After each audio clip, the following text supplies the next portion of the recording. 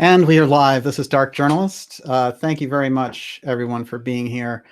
And, the X broadcasts are really coming full circle in part 7 here, as we'll see as we get along. We have an incredible guest tonight also, which is Dr. Joseph Farrell, who'll be along in a little bit.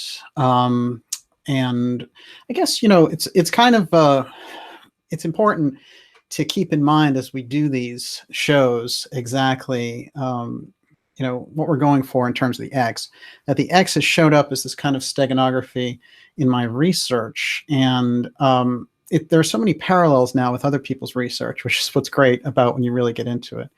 But I've been looking into it for a while. It's only really in the past 3 or 4 months that it's come together as something that was publicly presentable. And I have to say, everyone's been incredibly helpful also. So we really appreciate that here, because all the different things and investigations that we do are largely helped by the interaction that we have with everyone. And so it's an incredible asset to have all these bright people kind of looking at these things along with us when there's so much noise out there and there's so much Trump Comey and all that nonsense and all the kind of right-wing lynch mobs and left-wing lynch mobs, and just separate all that noise and get to something we can really use, and something I think that we can all take part in and really learn from and get to a higher stage of understanding exactly what's going on in terms of not only politics, but the larger picture here, which includes all kinds of things, including secret societies and political operations and spiritualist activities and all the different kind of levers of power and reality and existence that we see going on. And that's really what doing the show is all about for me. But of course, tonight, along with Joseph Farrell, Olivia is here with us. Hi, everyone. And Olivia's been incredibly sort of helpful lately, really, tracking down some excellent stuff. So my hat's off to you. And of course, putting together everyone there in the chat is no easy job either, but you're quite the multi-purpose individual over there. Remember, questions in caps. Yeah, that's true, actually. Good reminder. So when we ask questions tonight, we're going to take questions for the last hour of the show and ask them all in caps, because it makes it easy to find, because there's a lot of people in here already. It's actually a great turnout so far, and it's always very pleasing to see that, because when we go into these ideas, they are certainly, they come from the more obscure end of the pond, and they're not fast food shoot 'em up mysticism, and they're not fast food political junk. They really have this edge to them, the subjects that we go after, and I really think of it as something that we're going after together. Now, tonight in particular is particularly important, and when I say that there are breakthroughs in this show, there's some real bombshells in this show, and it'd be nice if it was just an X episode. I would do it very happily, but this one is really going to places that we haven't gone yet. Now, just a quick recap for everyone. The X Steganography shows generally look into X as a symbol of unknown realities and unknown technologies being moved around through government agencies, elite families, political institutions, government agencies, and that the public aspect that we see, the actual X traveling, whether it's a particular type of rocket named X, or whether it's a program that was called X that got dropped, or whether it's a program that's funded under the name of X, the X seems to show up so consistently. And I started off with so much of the X stuff looking at time capsules, because there was this Eisenhower time capsule from 1953 that was called Project X, and it seemed very mysterious what he was leaving in there exactly. And as I went through it in this political process, after talking with the whistleblower Robert Merritt, who really, I think, went out on a limb to tell us a lot of things about his relationship with Nixon and the work that he did secretly for the Houston plan, we really got a snapshot there of Nixon's bona fides in this department that connected up all of these stories and whistleblower stories connecting Nixon to the CIA Project Blue Book, which was tracking the real UFO story and redeveloping the technology involved. And that was important, I think, because it raised us up a level, and that's a story that's kind of ongoing. But certainly at this point, since we did that on February 14th, we're in 2 months, and I think we've learned so much in 2 months just from that revelation and around the Nixon part, and that Nixon was moving towards a kind of energy disclosure and a UFO disclosure there in the 70s, which obviously caused him a great deal of problems. Now, during this process, we've also looked into LBJ and how LBJ kept a letter called Letter X at the LBJ Library to be opened 50 years after his death. Okay, so that's 2023. And when we look through this, we see that these presidents at different times, from Reagan and his activities with Gorbachev, they're holding on to some secret that they know at some point is either going to get exposed, or if it accidentally gets exposed, they want to make sure they have a role in it. And they've been rolling this information out through the 50s. And it's what I call stealth archives, because there are things that we hear about or things that we can even see. In the case of the LBJ letter, that's something that's there, that we know is actually there. It's actually listed, and we have a picture of it.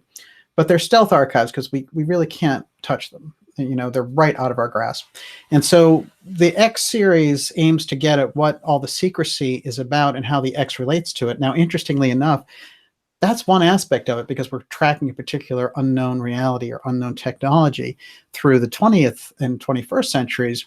But when we've moved now further back and we went into some of the figures from Theosophy, like Annie Besant, and how she had a close relationship going with John Keeley, who was a kind of a Tesla-type inventor. And then we linked up John Trump, who was Trump's uncle, and going through Nikola Tesla's papers. And, we're starting to see these political mystery school technology connections that are getting us closer to what this is actually all about. And in the case of Theosophy and Anthroposophy, there were lots and lots of information coming out in the early 20th century, late 19th century, concerning Atlantean airships, just before we get flight. Now, it's pretty interesting, because if you go into the literature beforehand, you can't really find information about airships unless you go way back. If you're going back into like Greek times, there are references to these things, but it's very hard to look beyond something like Theosophy or Anthroposophy and find all these accounts of Atlantean airships. So there's something going on. There's information that's coming to the surface. And Rudolf Steiner is someone that I cite very often, who was the leader of Anthroposophy, who started off in Theosophy, and who was really the best educated of the whole group when you get right down to it. This is a serious scholar, and that's, I think, what makes the difference with his work ultimately. And what he did was he explained exactly the process of what went down, which is after the scientific materialism started to take over the mystery schools, who had held this knowledge deep, deep underground and had been traded. And we're going to speak with Dr. Farrell about these groups when he joins us. What's so important about this is to keep in mind that these groups had to maintain these secrets. They were sworn to secrecy. They were under oaths.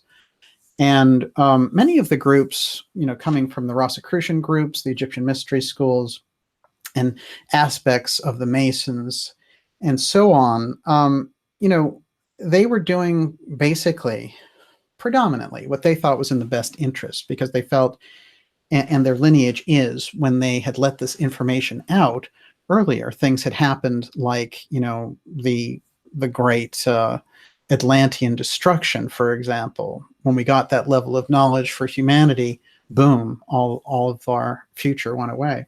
And I think that's particularly important to look at their motivations. And that's something I tried to do a little bit with this. And in this regard, Steiner makes a very interesting comment here, which helps us to understand exactly why these things were hidden and why they must come to the surface. So he's talking here about these different things, and he hints at the dark arts of the Atlantean sorcerers. And he breaks off, saying in a footnote, "For the present, it is not permitted for me to make public communications about the origin of this knowledge and these arts." And he says, "A passage from the Akasha Chronicle must therefore be omitted here." Now, this is very interesting because, of course, he's getting into these states, and he's being able to read the Akasha Chronicle, which is, the a chronicle of the skeins of space and time. Everything that's ever happened is there. It's like a library you can go and consult. And when people get to a certain level of spiritual development, this is what they can do. So people like Blavatsky, people like Steiner, Edgar Cayce have talked about being able to just go there and read this Akashic record. That's how we get so many good accounts of things like Atlantis and prehistory and events that we just wouldn't have anything to, we have no way of knowing. And the thing is, you could say, well, these guys were just making it up or whatever. But over and over again, science is yet to catch up with so many other things. And, for example, Casey's work over and over again, the Dead Sea Scrolls, whatever it would happen to be, they would be discovered after he died. The Bimini Wall, for example. So they were obviously plugging into something. And they regarded it as this Akashic Chronicle. You could go in there and read it. So Steiner is actually talking about the Atlantean powers and the Atlantean sorcerers. And he's saying, I want to get into this, but I can't. I'm actually being stopped. And I want to go to where that stops. Who's stopping it? So when he hints at these dark arts, and he says that for the present, it's not permitted to make public communications about the origin of this knowledge and these arts. That is something that we need to contemplate through this entire episode, because of course we're talking also about Skull and Bones and some of the darker groups that keep this information and their deep connections to the political situation and the money situation. So what is it that's going on here? What is it that's being moved around, and how can the X help us get to the heart of it? Interestingly enough, as we're going to discover, Plato and his whole cosmic X mystery is right at the very heart of the same thing that we're talking about, and that's over 2,000 years ago. So the X is traveling here through our history, and we're getting to know it better. And our kind of modern version of it, where they're using it to hide advanced technology and information they have relating to off-world civilizations and things like that, we suddenly get into an entirely different situation, because what we're looking at is, that's our kind of modern lens and our modern mystery way of looking at it. What's going on with these groups and the government and so on, moving the UFO file around. And that relates to the deeper, the deep state political aspects that we see so much of. But there's a larger question too, which is, how long has this thing been operating, and what is it about ultimately? And have the mystery schools been having this battle over the X before it came out into the open, and we see it, coming to the fore in the 20th and the 21st century? So, we're really in a hardcore space. We're right at a pivot point. And in this episode, the information that I have to bring forward is going to help us to understand both levels: the modern political setup of the X factor and this background mystery school, and how all that relates. And there's a link in the title back to a group called the Orphic Circle. Now, this is particularly important, and I think that there are different interpretations of the Orphic Circle, but I'm going to take ours directly through someone who was a part of it. And her name was Emma Britton, and she is a very important key for us in this episode that will kind of guide us into that particular period. So let's keep going here. So we have Steiner's warning saying, smack as I go to tell you about the Atlantean airships and some of the destruction that the Atlantean sorcerers call the Belials, are the name of that group. That danger and the destruction that they caused is something that he can't get at. He's not able to talk about.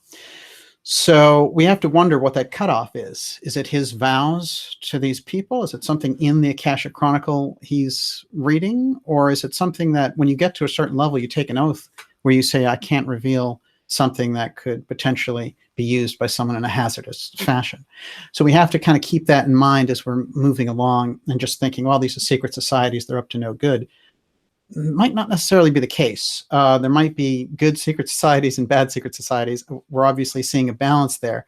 But when we get into this thing about the good ones keeping information, as we revealed with Annie Besant, taking the John Keeley information before these kind of, people trying to suppress the information. Well, what she did, you could say that she suppressed it herself, but in truth, Keeley, who developed this kind of Tesla-type coil and had an airship in 1897 that purportedly went 500 miles an hour, John Keeley when he died, his major partner there shipped it off to Annie Besant because they were already trying to kind of cause this ruckus and drive all that technology underground and say, oh, it was all a hoax and all the rest of it. And the media, even back then, of course, was participating.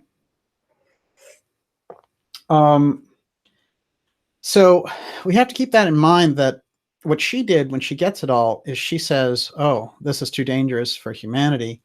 Let's put it aside until the time is right, until humanity can accept it, until the culture has been upgraded.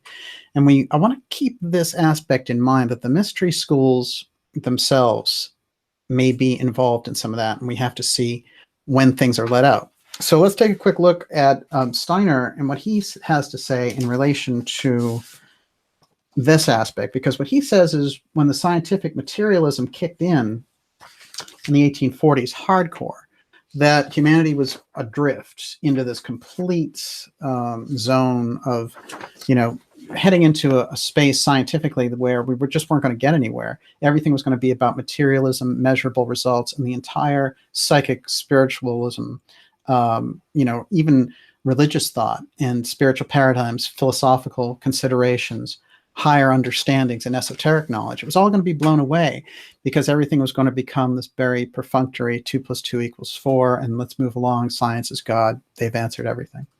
So in response to this, according to Steiner, the mystery schools had a battle, and part of them said, no, we need to keep this secret because people still aren't at a phase where they can accept it.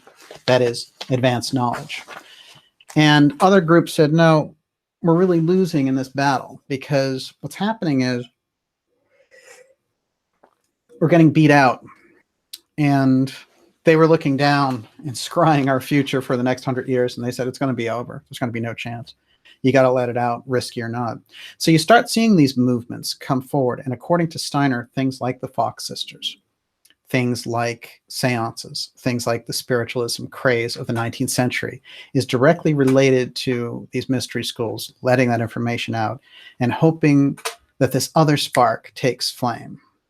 And in fact, they were right, but they got very concerned with their own work after about a decade of doing this, because those people looking at it who were kind of measuring the results were saying, well, we got a big problem. We wanted to convince people there was an afterlife, but the only problem is when looking at it, they think now that the afterlife is exactly like this one. So, there's no advancement. It's basically like, hey, I'm going into my childhood home in the afterlife. And that's not really what they were shooting for. And so a lot of that kind of things that they were behind, it seems like, started to crumble. Like after a decade or two, things like the Poughkeepsie Seer or the Fox sisters, those people that were bringing this kind of spiritualism to light, didn't seem to have the same connection anymore. It's almost like they lost their source.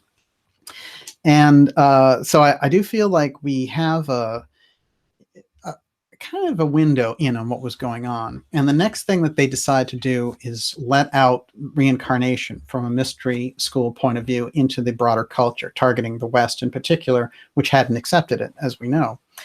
Now, this is a very tricky thing to do in light of the situation.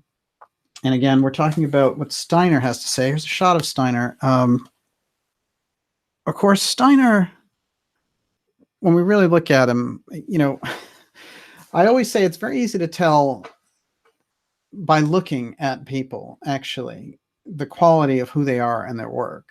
I don't know if a lot of you feel that way also, but there's something about the weight of the look that they give that gives you an idea of the weight of their soul and the work that's involved.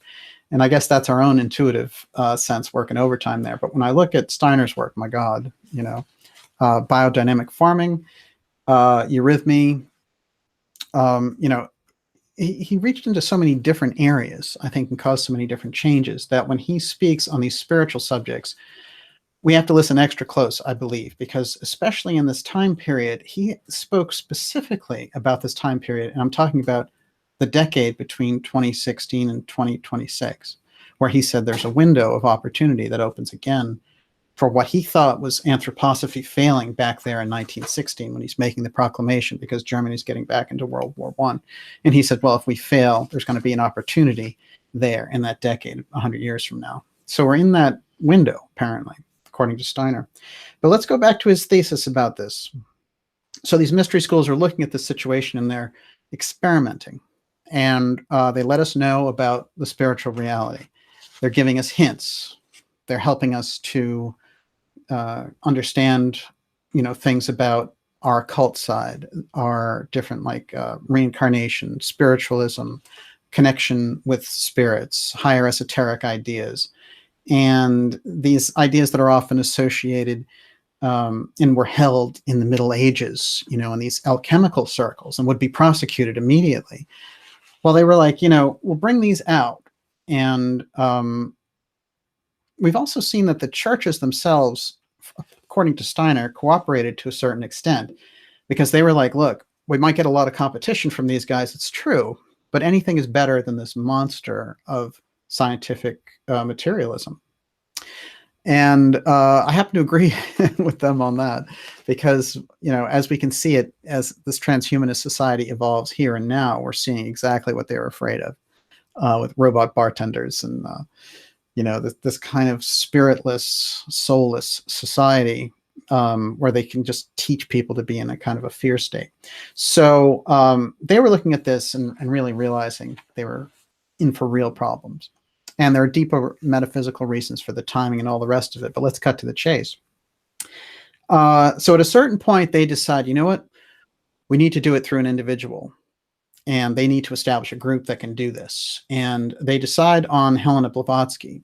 And they do this because Blavatsky is unusual in this sense, which is Blavatsky can still attain to the wisdom levels the way that they could in very early eras, like that Atlantean period, where her actual astral body can rise up and take the information.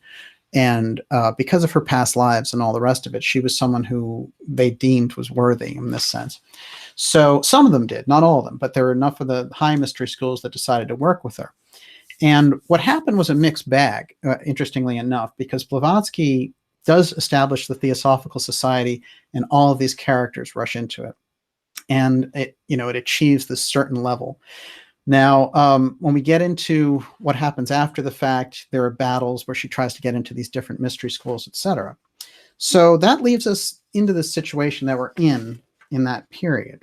And so we've got, let's take a quick look at her. That is Helena Blavatsky. And incredibly influential individual. And again, I think it's interesting that the mystery schools and the masters, quote, associated with them are looking to women. I think that they realize that women, Besant, Blavatsky, Mary Baker Eddy, these different types of women they're looking at, they seem to be really reaching out there and thinking maybe women can pick this up. And, they're looking more to the ability for women to be able to use their psychic faculty and get on board quicker with the idea, accept the information, and move on it. So in keeping with that is a very interesting person that shows up on the scene to help found Theosophy. And her name is Emma Hardinge Britton. Fascinating woman.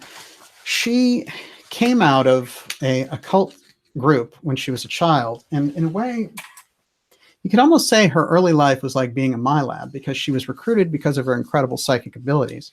She was somnambulist. She would go into these trances. She would, she kind of did these Casey trances where all this information would pour through her.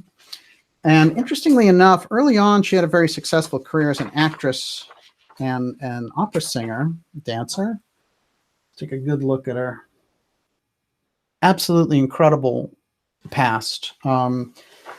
And Blavatsky was noted for saying about Emma Britton that she had never seen a more clairvoyant trance channel. And that's pretty interesting because she had a tendency to be very hard-nosed about anybody. But she made the comment saying, if I could combine her psychic ability with Annie Besant's incredible courage and intellect, then we'd have this kind of super being who could be the leader of Theosophy for the next century. But Emma is very fascinating, and what I want to say about her life is this, that she grew up under unusual circumstances that are in her bio. And I'm going to read a little bit about them because it'll give us an idea of exactly what was going on here. So she's famous for a book called Ghostland, by the way, and she's one of the most famous spiritualists of the 19th century, although she's kind of shunted down a little bit now for some reason. I don't know. It's, people have just kind of missed the boat on her.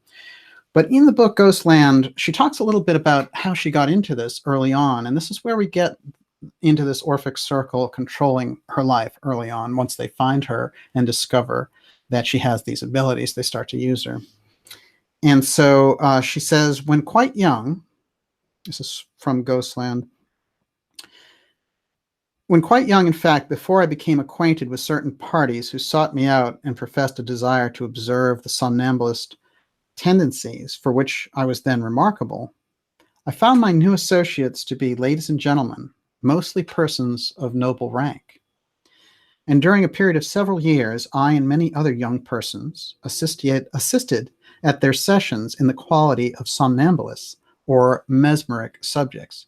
And this is very important because Mesmer, of course, was this incredible doctor from a century earlier who was realized this whole thing about animal magnetism and the incredible healing properties that it have, but this energy person to person, and it had this whole psychic aspect as well. So, when we hear someone wants to mesmerize somebody, or the, hypnosis really comes from this. It's from putting these people into a state, into a trance. But he could also he created, he didn't create it, but you could say he rediscovered magnetism, and they could magnetize water or magnetize an object. And a lot of it was really used for healing predominantly. And we'll do a show on Mesmer specifically because it's so important. And again, I think it's so left behind there. But what's important here is that she's saying that they're using these kids, these psychically gifted children, of which she was one. And here, she starts with them at 11 years old. They're using them as a mesmerist subject. So they're kind of getting them into these trances, and they're putting them into this kind of sleepwalking trance where they can ask them, a la Casey. And they are really, the aristocracy of the period. This is in London. And, we're looking at somewhere around the 1830s. Now, I'm going to go on with what Emma has to say about this because it is quite fascinating. And this is where we get an idea of these groups that are working. So the Orphic Circle is very important, is going to link right into the heart of our X trajectory. So I want everyone to really take note of that name, Orphic Circle. And I'm also going to tell you that the name Orphic Circle has been caricatured in everything from games to people talking about occult societies like the Golden Dawn. This might not be as simple as just pulling out what people have called the Orphic Circle, as we'll find out. Okay, so we'll go on with Emma. It was one of their leading regulations never to permit the existence of the society to be known or the members thereof named, at least until they passed from earth to the higher life.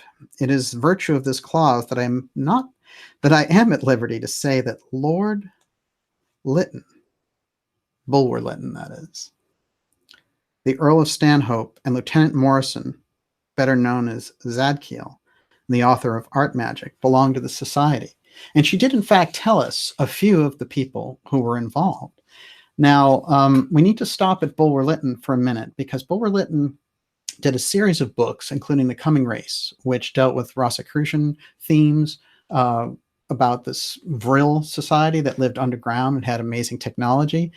He's got the airships in there. He's like the early sci-fi writer, but he's also a British politician and somebody who's very high ranking in society. So it's an unusual thing, like the ideas that are pouring through him. But when you read that stuff, it's incredibly advanced. And I would say easily that the science fiction writers of the 20th century borrowed very heavily. And even now, you see people borrowing very heavily from this tradition. Now, each one of these people is fascinating enough to spend a lot of time on, for sure. But for now, I'm going to say in regards to Bulwer Lytton, the airships, the Vril, again, he's talking about unusual technology. I was reading his Alice X book, actually, last night, and there's this whole theme that we have flowing through these different studies. And I think The Coming Race is particularly a good book of his. But we can see easily, and people have picked out the Rosicrucian themes, one. So we've got the mystery school of the Rosicrucians, who we've gone into in a previous episode. In short, from medieval times, they carried forward this tradition that went all the way back to the mystery schools of Egypt and through the Christian period.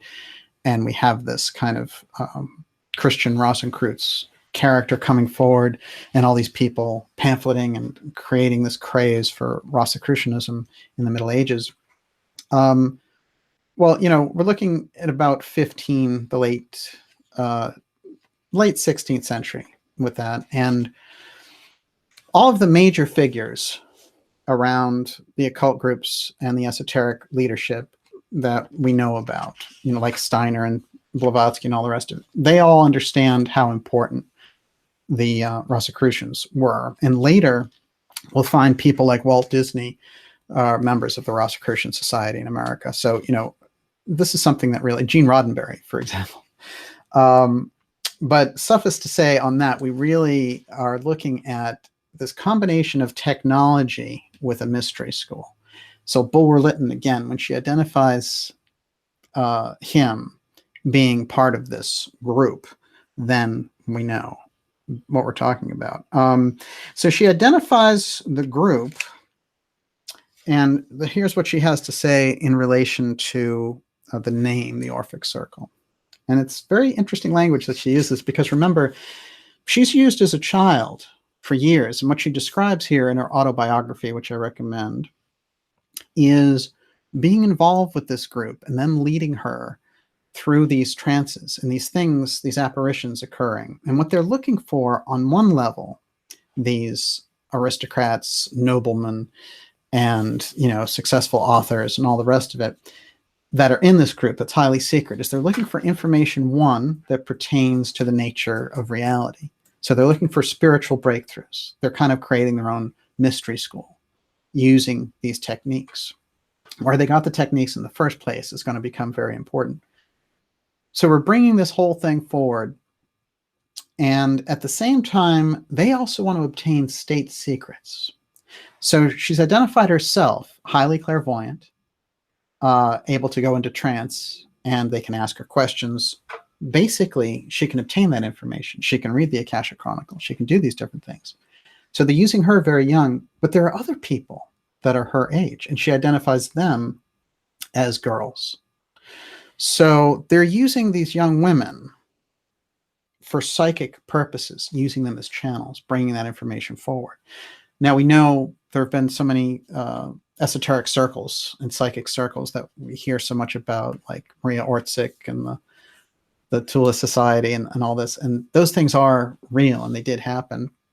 But apparently there was some understanding in these groups that, they could get these very psychic children and use them for these experiments of raising them to a point where they were giving these trance readings. And, very often, like in this group, she works with them till she's about 13. Now, I think the only reason that they stopped working with her is because the phenomena that she was generating became very hard to control. And also her father passed away, and that may have been some of the secrecy that he actually set her up with this group, because the mother didn't seem to know anything about it. Emma is absolutely fascinating, and the information breakthrough that she gives us speaking about the Orphic Circle is important. So here's what she says. The Society of Occultists, to whom I can now only allude, and who are named in Ghostland as the Orphic Circle, obtained knowledge by means I am not at liberty to mention of those persons whose associations they desired.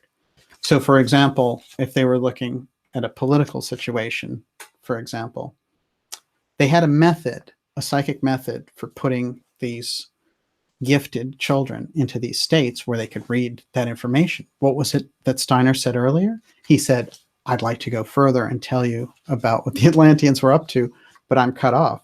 Well, here also, Emma is telling us The society of occultists I can only now allude to, and who are named in Ghostland, her book, as the Orphic Circle, obtained knowledge by means I'm not at liberty to mention. There's some wall there, which is once you become involved with them, even if you're coming out and sharing it with the public, the way that Emma Hardinge Britton was doing and the way that Rudolf Steiner was doing, there's still that wall that you can't cross, because when you do that work, there's some kind of a pledge involved. And, you know, but she's giving us her best thing. Now, one thing I want to point out, which is that she says, the Society of Occultists to whom I can now only allude and who are named in Ghostland as the Orphic Circle. She doesn't say that their name is the Orphic Circle. She says that in her book, she named them that. I found that very interesting. But I feel that, by the way, the name Hardinge, which is a surname that she used her entire life, even when she got married, came through her work with this occult society. And people like Bulwer Lytton were very close to people like Dickens. And oddly enough, her father was named Ebenezer. So I really found that very interesting.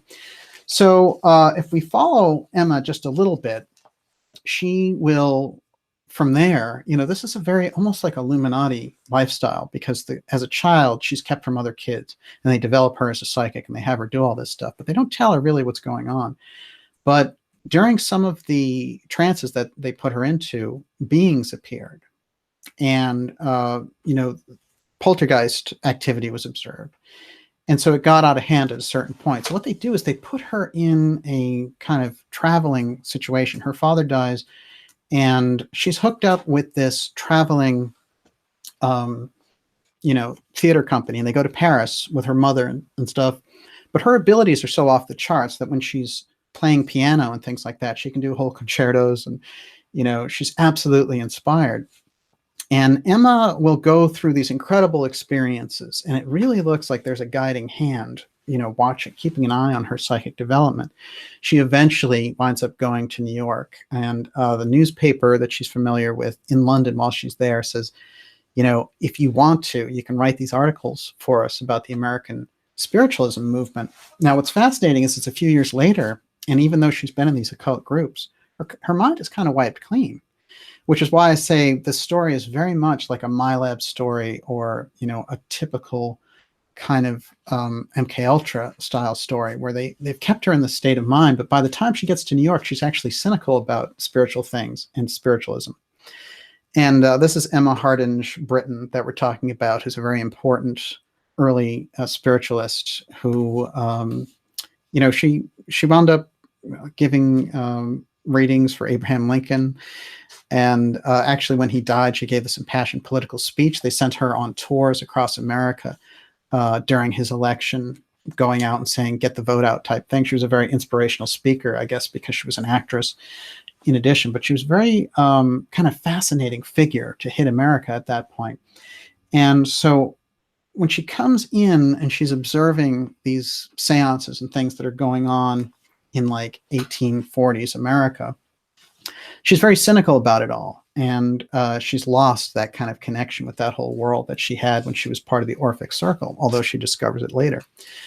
And one of the things that happens is she gets into a seance room, and the medium who's conducting the seance is a young, like a 16-year-old girl who has this incredible psychic ability again.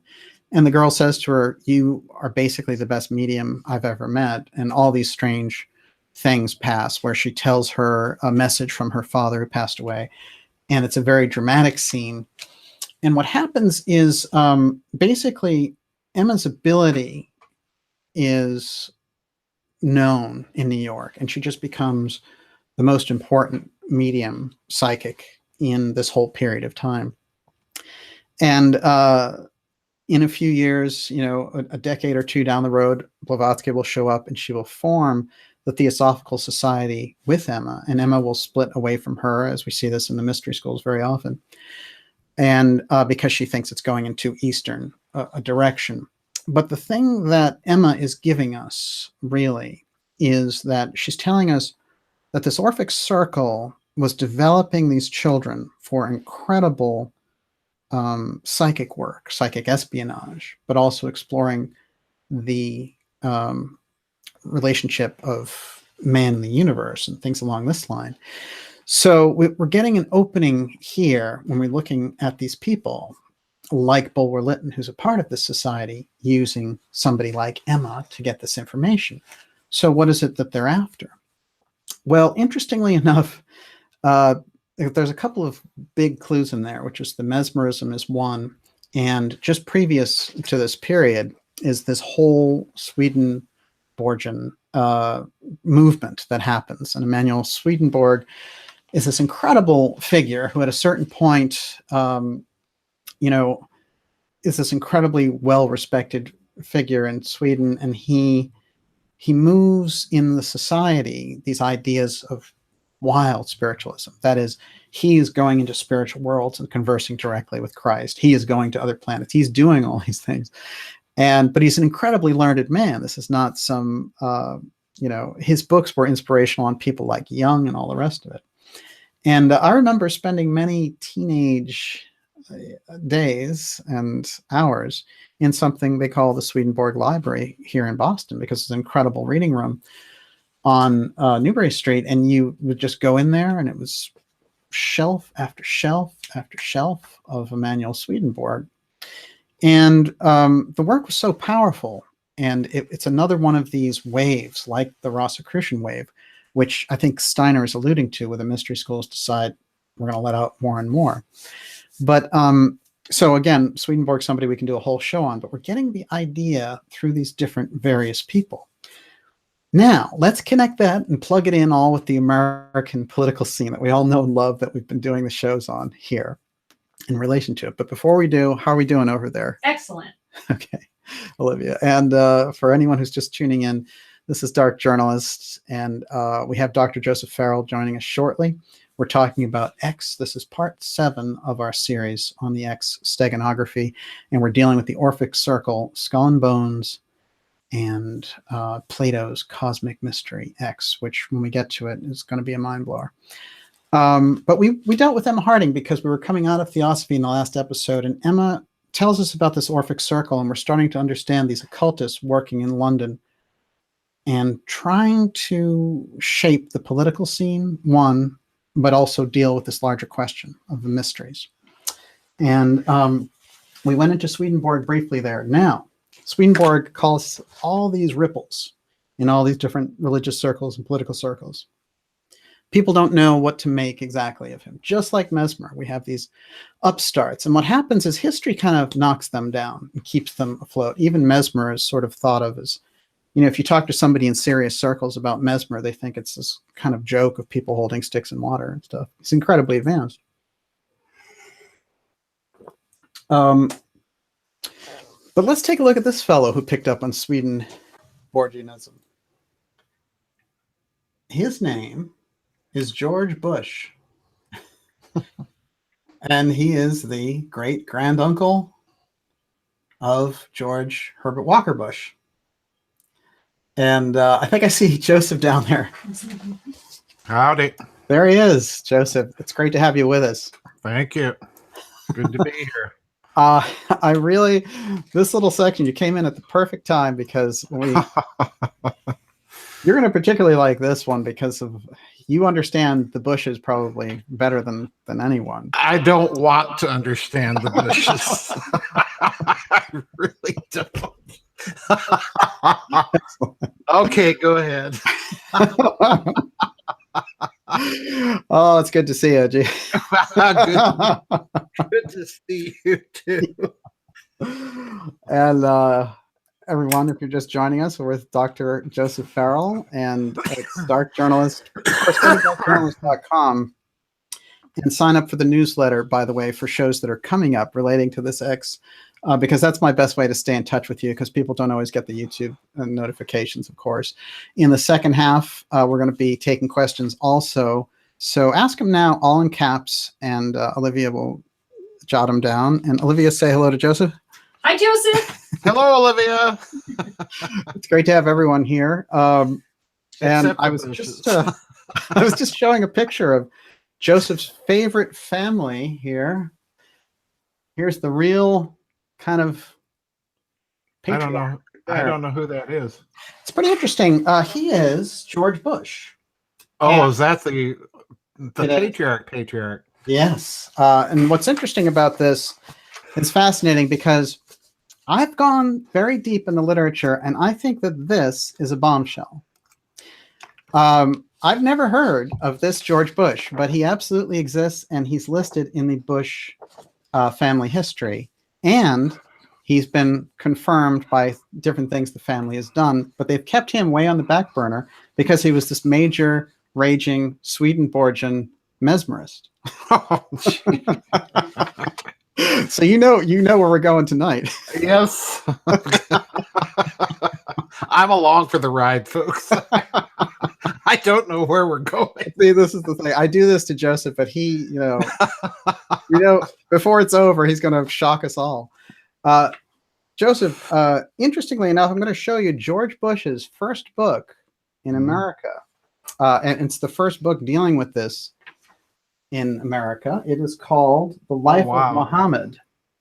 Pull it up a bit. I can't see the religion of Islam and of the Empire of the Saracens. Interesting. Yes, 1830.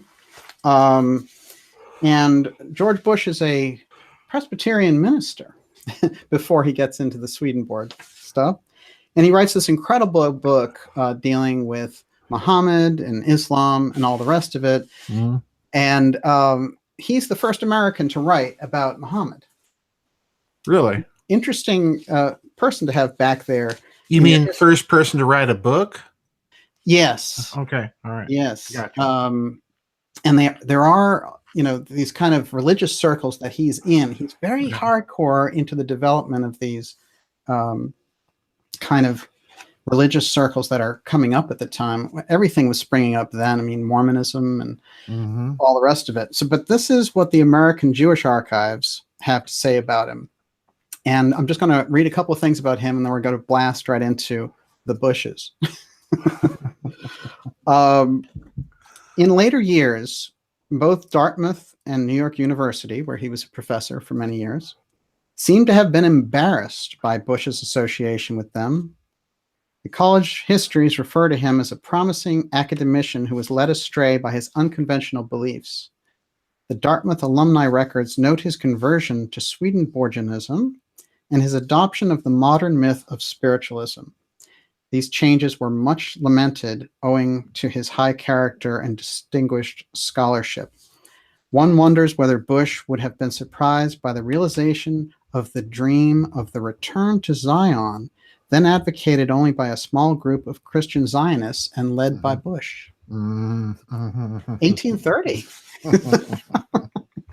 Pretty early on. Nothing suspicious there. Well, of course, when I was reading your book and you found this incredible bombshell relating to Zionism and somebody making this kind of projection in 1912 about all the events that were to come there in 1945. Yeah, that was Max Nordau, who was one of the. I'm getting a little feedback. That was Max Nordau, one of the early Zionist leaders, who mentioned that at the 11th Zionist Congress in the year 1910, mentioned that there was a plan on the part of the great powers of Europe to literally commit a genocide. And it's in that little phrase, in that little passage, that the number of 6 million is mentioned for the first time, that this was a plan in place. Now, that quotation actually does exist, although it exists in different forms. But it was apparently said by one of the Zionist leaders in the year 1910. That's 4 years before World War I. Wow. Yeah. It's incredible. What I found and what I was trying to link up with Bush, and I think you'll find this interesting, which is he goes in his research hardcore into this idea of, oh, by the way, there's Herbert Walker there with Skull and Bones. Oh, what a lovely group of people. Just so we know who we're talking about here and why. Here, of course. Chapter 322, yep. Yes. The 322 bothered me, and I spent a little time with it. And interestingly enough, one, there's a whole Skull and Bones prophecy in Ezekiel relating to the founding of Israel again after everything, sort of like the rebirth. So this is, kind of a cornerstone of the Zionist approach that came out. And so he refers to this. Bush does a whole book on it, and it's what he's most known for, actually. This George Bush from the 1830s. And he has a little book that he puts out regularly. It's like a quarterly magazine that tracks these things, and it's called The Hierophant. So we get Now, interestingly enough, there was a rumor that they got into the 322, and it was relating to some random thing in history about taxation in 322 BC. But I didn't like that too much. But I did find something very interesting, which is there's a whole incident about a hierophant in 322 BC in Greece. And it's a hierophant that takes part in this whole revolt, and he claims all this power.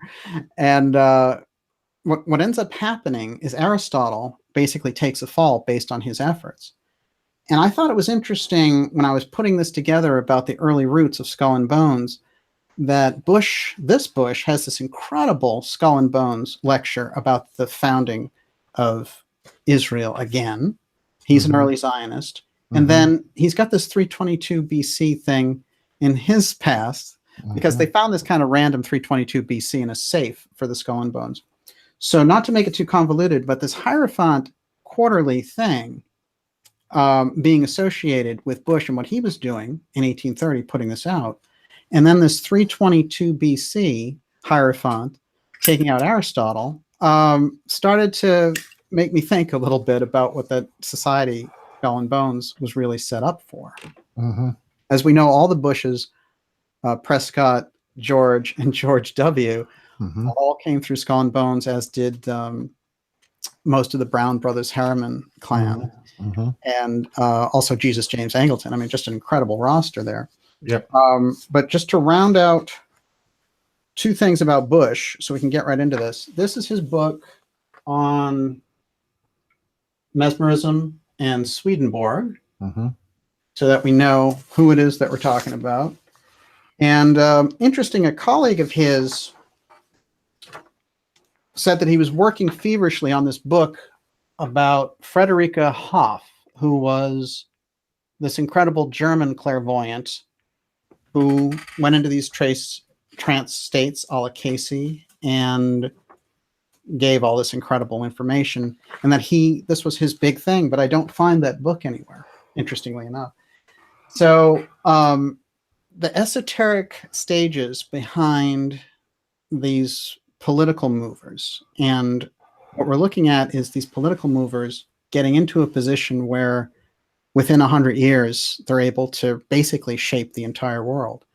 And I'm kind of looking here for their roots in the mystery schools, Joseph, which is why I called out the big guns. So you're asking me what? I'm relating, of course, we've been doing the X series, right? Going in very deep with it.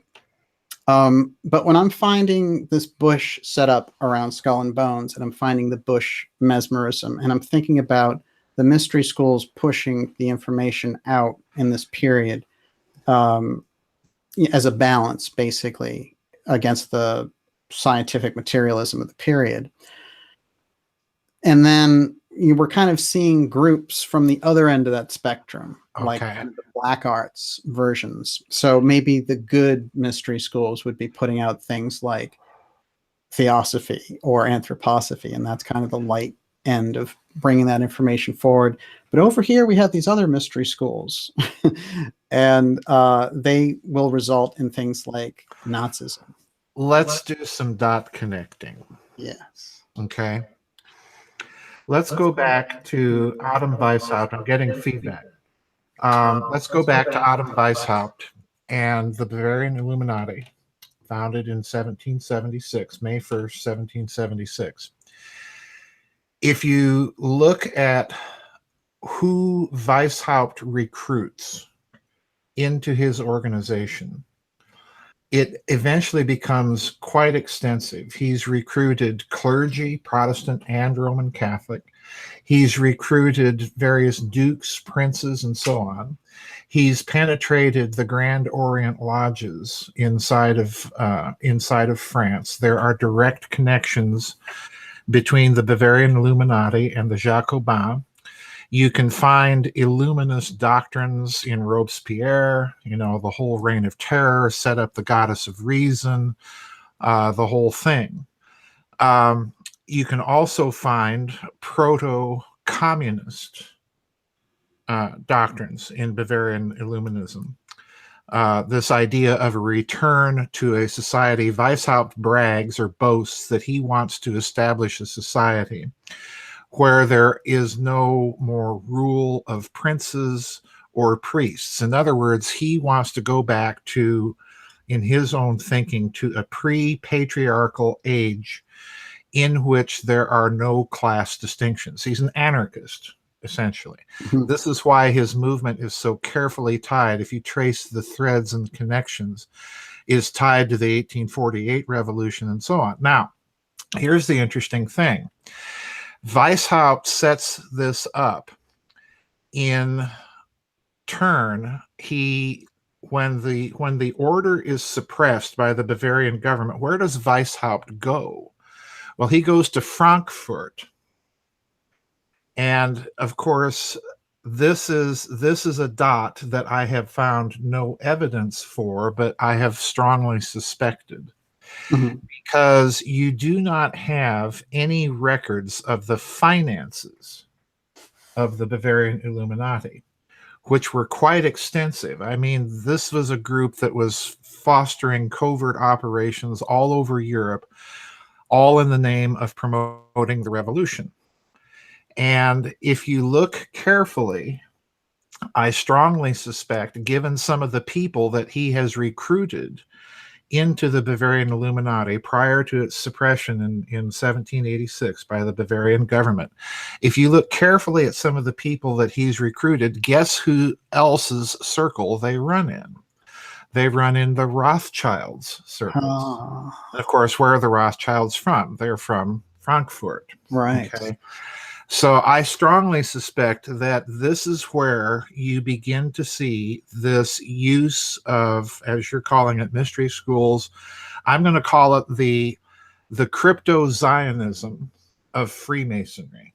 Because if you look at Masonic doctrine, this is kind of an undertow that you find throughout Masonry, particularly in the higher ranks of Masonry. The Scottish Rite, you find all sorts of Hebrew references in the ranks in the Scottish Rite. You find the same thing in the York ranks. So I suspect that what's really going on here, in part, is on the one hand, you have a kind of a secret society culture war going on in Western Europe to, in their thinking, press the last degree of the Enlightenment and get rid of the last remains of Christian civilization in Western Europe. And at the same time, they're trying to set up this pre-patriarchal, classless society. And of course, they're looking towards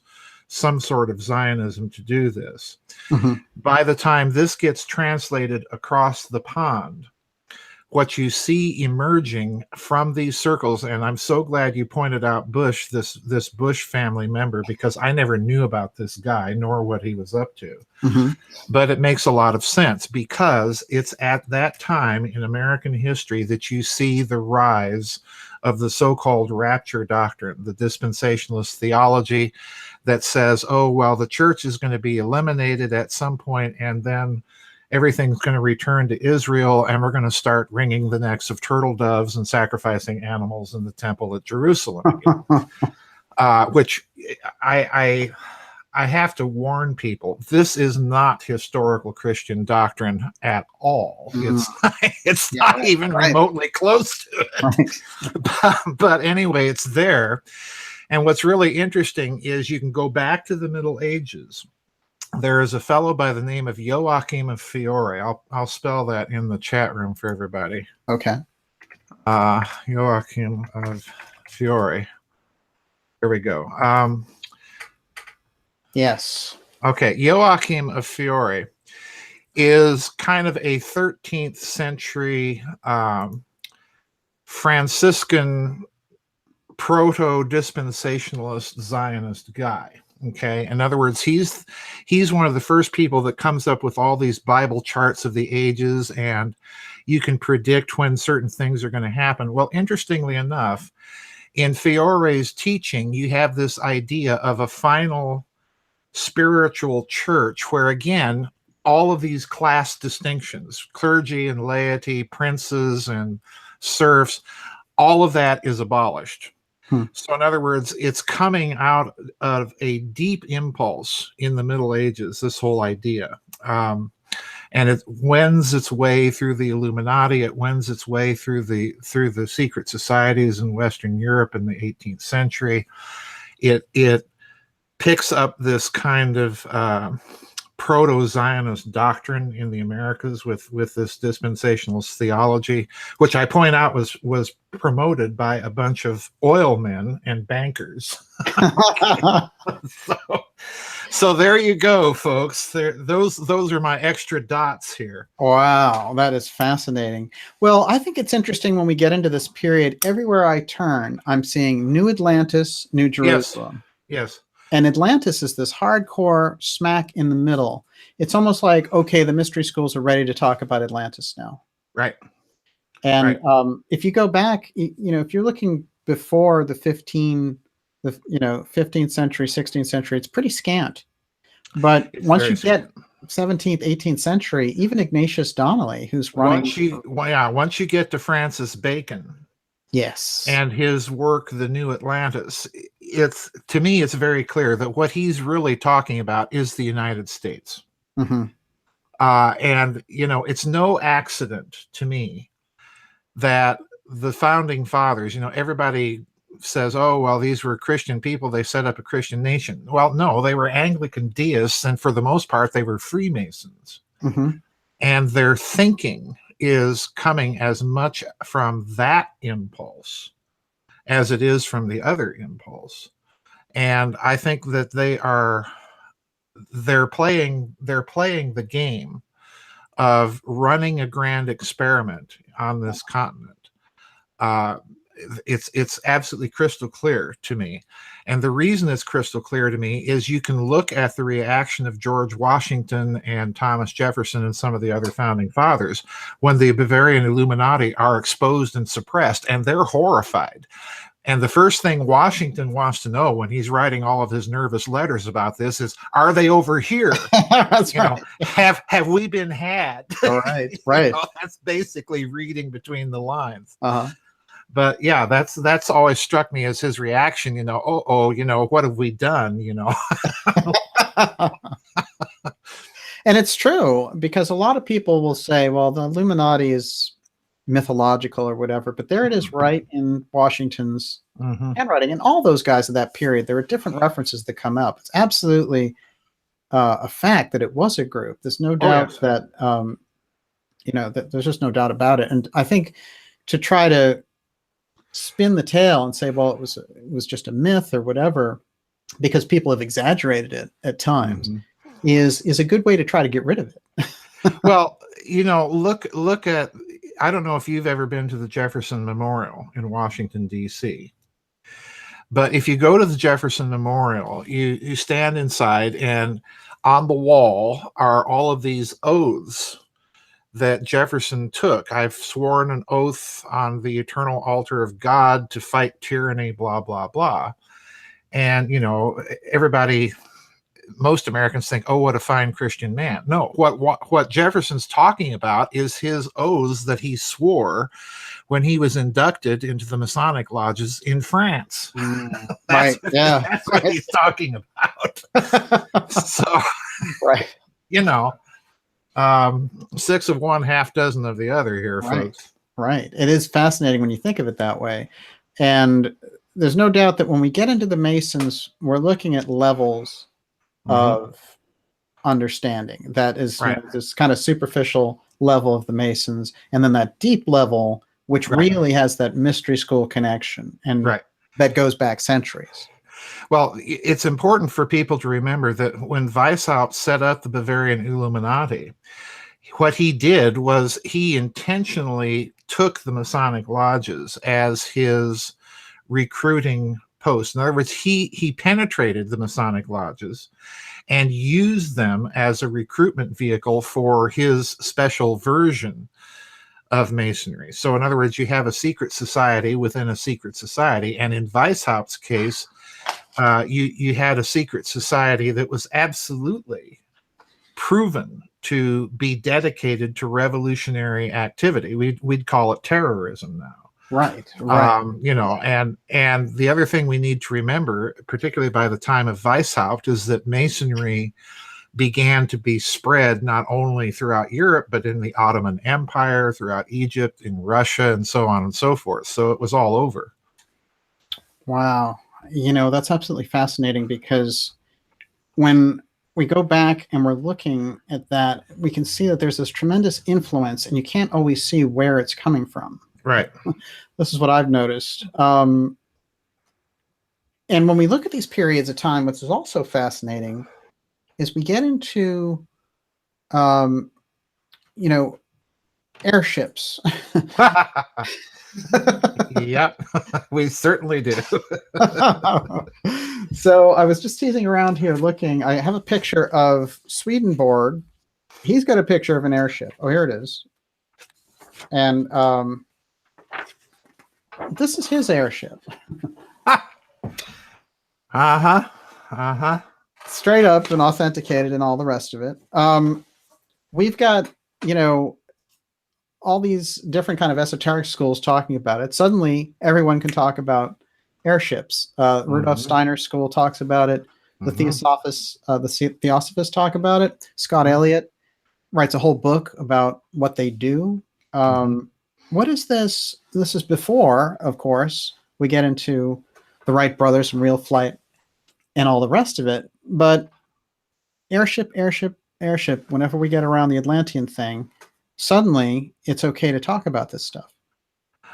You know what else you have being talked about in code amongst certain Masonic lodges? What?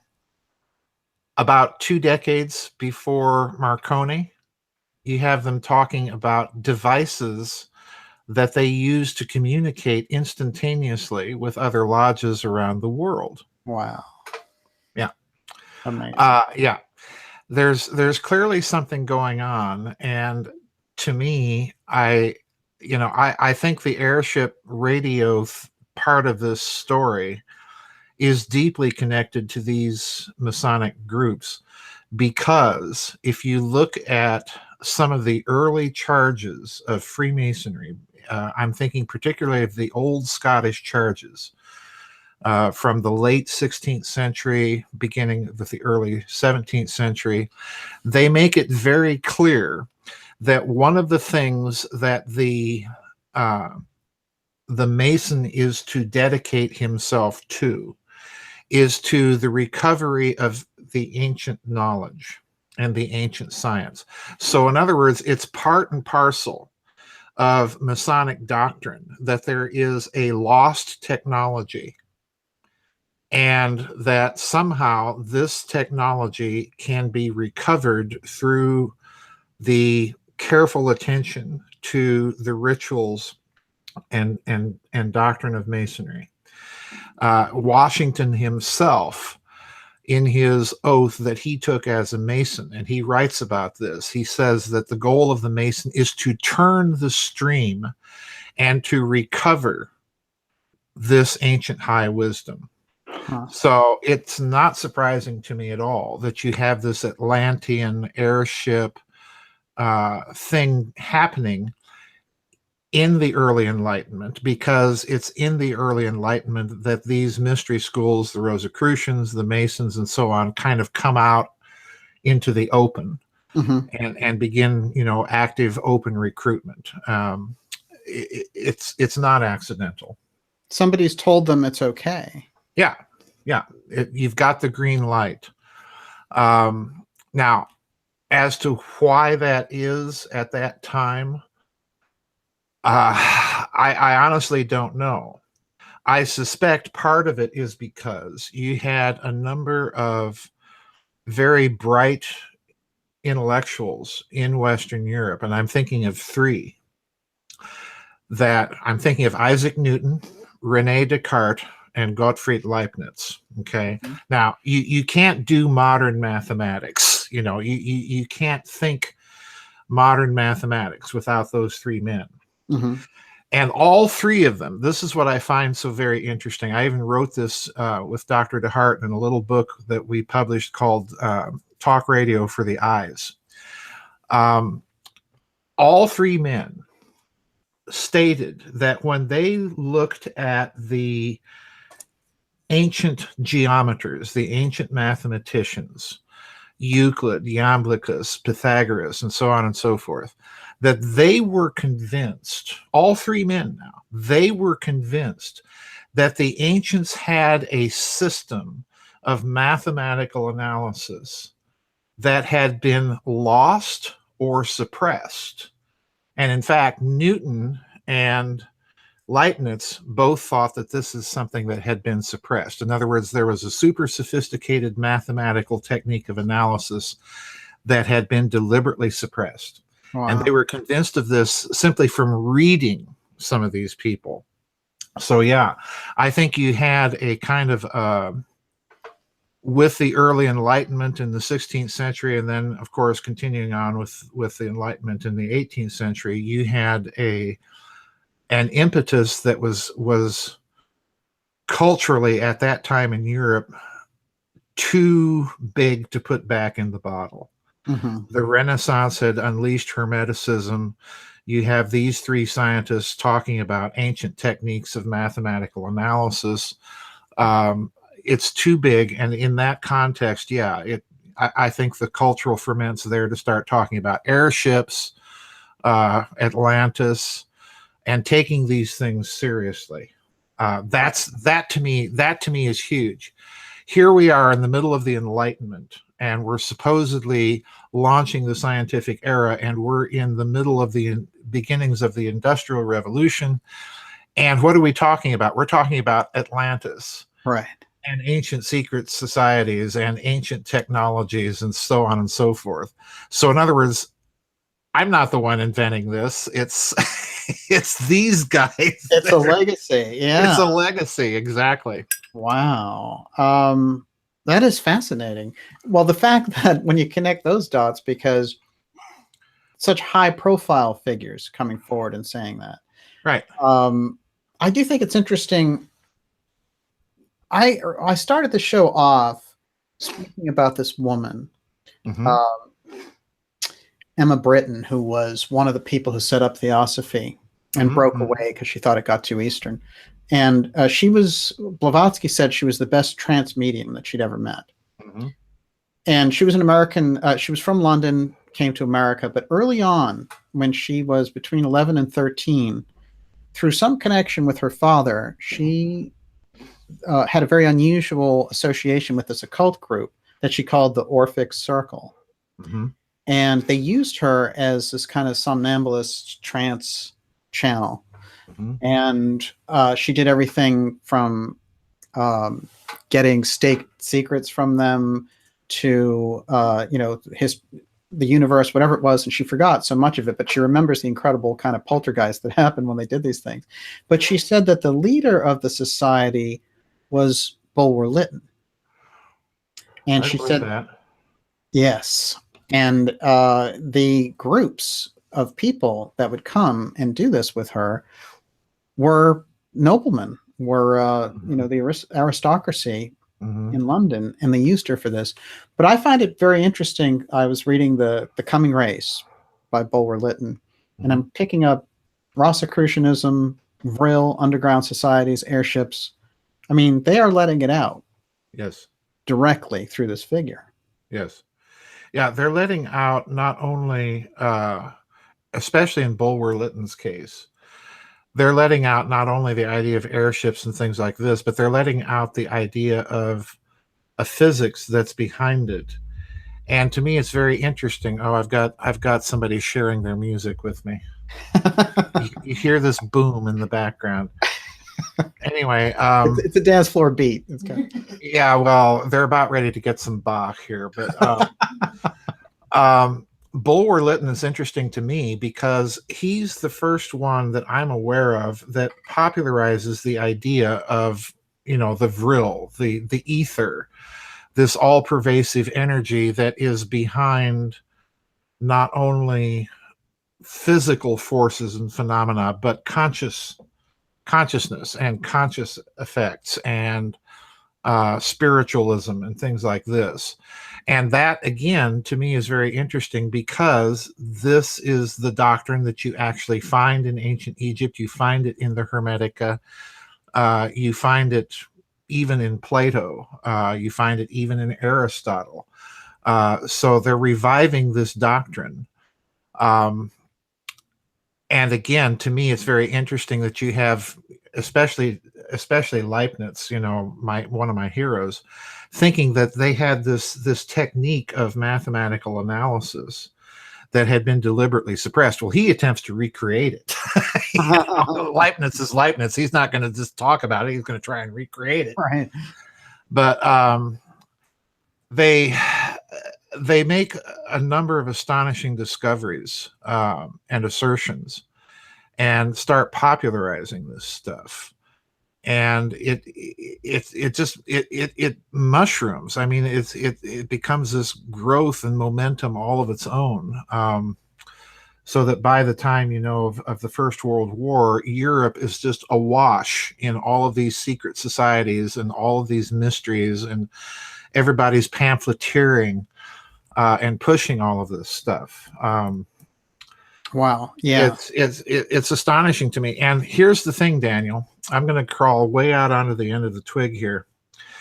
I do not think, in all honesty, that you could have had the invention of quantum mechanics if you had not had that earlier philosophical preparation for it in people like Leibniz and in writings like the Hermetica, in the philosophy of Immanuel Kant, and so on and so, or for that matter, Hegel. I don't think you could have had this explosion of physics without that philosophical groundwork that had been part of this theosophical turn of mind. Why? Because if you look at the spiritualists, the Swedenborgs, the Blavatskys, the Bulwer Lyttons, what do they emphasize? They all emphasize not only the power of mind and of consciousness. What they're really saying is the observer. And that, of course, is absolutely front and center in quantum mechanics.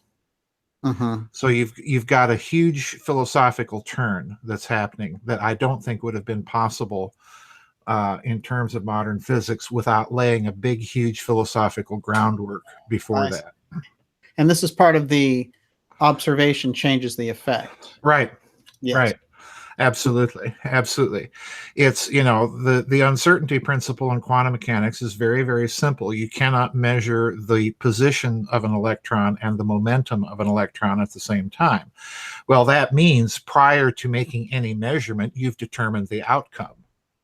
And of course that that has, that needless to say, that set everybody, back on their rear end, because that wasn't supposed to happen. Right. I do think it's fascinating. There's I like going back to this Steiner narrative where he says, look, about 1840, there's a clash in the mystery schools. Mm-hmm. Half of them say, keep the stuff hidden, the culture can't handle it. The other half says, scientific materialism has just invaded. Mm-hmm. In 100 years, these guys will be completely toast. They won't be able to lock in with anything relating to a spiritual idea, because science will become their new god. Right.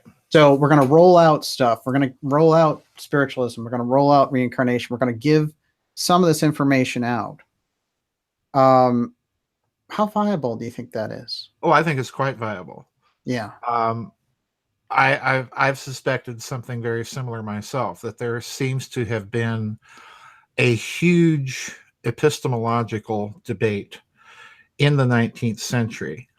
And for a period, with the growth of Victorian scientific materialism, you had the spiritualists, the theosophists, the anthroposophists, and so on and so forth, on the other side of the equation, saying you need to look at this. Well, of course, they were roundly ignored.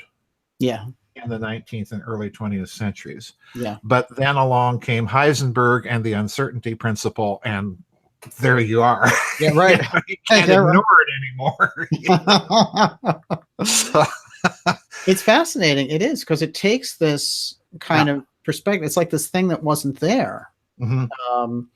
And when we think about where it could have moved to, this is another thing that I'll go back to Steiner on. He gets to about 1916 and he says, basically, anthroposophy and theosophy have failed. They'll get a chance to rise again in 100 years. Mm-hmm. But he's looking at World War I and thinking this is a failure. As a matter of fact, he lets out a number of documents and lectures that he wasn't supposed to, that he said he wasn't going to, but he's like, you know what, let's put it all out there because people have to wake up and get this. But I have this question for you, which is, I read this when we started, and it's Steiner talking about Atlantis, and he gets to a point and he cuts off. So I just want to throw this at you real quickly. So Steiner, he's hinting at the dark arts of these Atlantean sorcerers, and he says, for the present, it's not permitted to make public communications about the origin of this knowledge and these arts. A passage from the Akasha Chronicle must therefore be omitted here. Mm-hmm. And I'm looking at that and I'm thinking, he started his own thing. He's anthroposophy and all the rest of it. What is it that is happening with somebody like him stopping when he's discussing these things? I suspect, because I have to tell a personal anecdote here. I suspect because he is aware of certain concepts which, if they were fully understood, would be very, very dangerous. Dangerous in two ways. Dangerous in... Joseph, I'm losing your voice signal for some reason. Uh-oh. How about now? Are we good? No, is that interesting? Olivia, do you have that? I'm hearing. Do you hear? Too. You hear the crackle? Mm-hmm. I don't know what that is. Uh-oh. No, now you're fine again. Okay, I turned up my microphone. Hopefully, it'll be all right. Oh, there it is again. It's a what is that? Is that hearing it's coming through? Interesting. I don't know what's going on because my mic says it's okay. It's a vibration. Hold on just a second here. Sure Let's see. I'm sure it's in tight. Sometimes it can be crackled if the wires are in tight. Joseph, can you plug it out and plug it back in real briefly? Yeah. Thanks, everyone. And it's great. Wow. We're here with Joseph Farrell, everybody. And this is the X series part 7. We're going deep on these societies holding information relating to advanced technology. And of course, we get the interference just as we're getting to the good part. Now, oh yeah, terrific. I have no idea what that was, but it had that vibe of like interference, honestly. I don't know what it would be. It was rhythmic, but we're good now. We're good. But back to Steiner and why he would have hesitated. Yes. I think it's coming from two things. Number one, he's probably aware of some concept or doctrine that he knows is very dangerous. And it would be dangerous in two ways. Dangerous to certain people that are not fully aware of it. Right. So that if they were to encounter it, they would misinterpret it. Mm-hmm. And the other danger would be people that would be fully aware and that would seek to use it for very, very evil purposes and very destructive ones. That's my guess. I do think that there are such implications in some of the mathematical thinking of some of the ancients. They're very, very dangerous. So I don't talk about them, but if he's thinking along the same lines as I think probably he was. And I don't know that much about Steiner, but I know enough about what people have said about him that kind of indicates to me that he was thinking in a very abstract sort of way. I do think that he's probably setting his own boundary there. In other words, it's not someone saying to him, you can't talk about this. It's rather a natural response of any individual that runs across this stuff.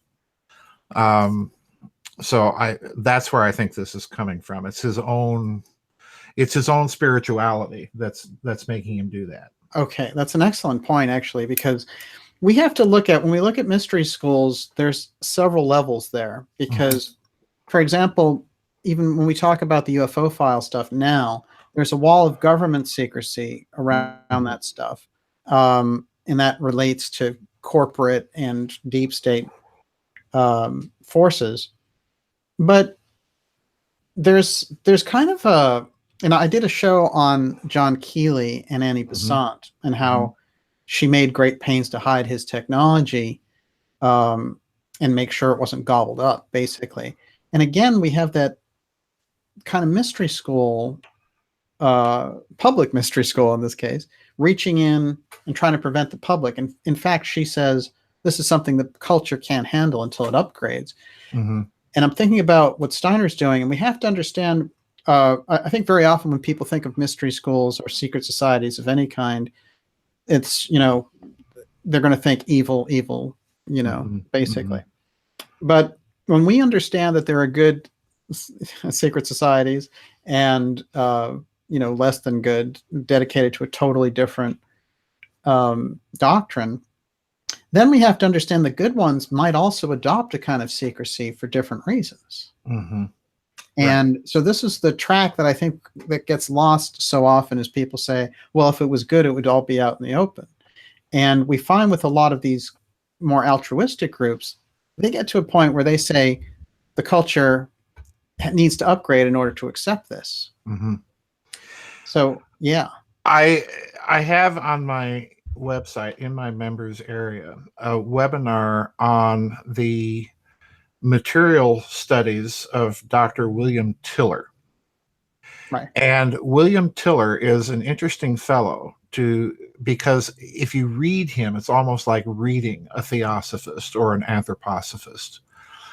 Because what he says is that you can alter the physical characteristics of material objects simply by an intention.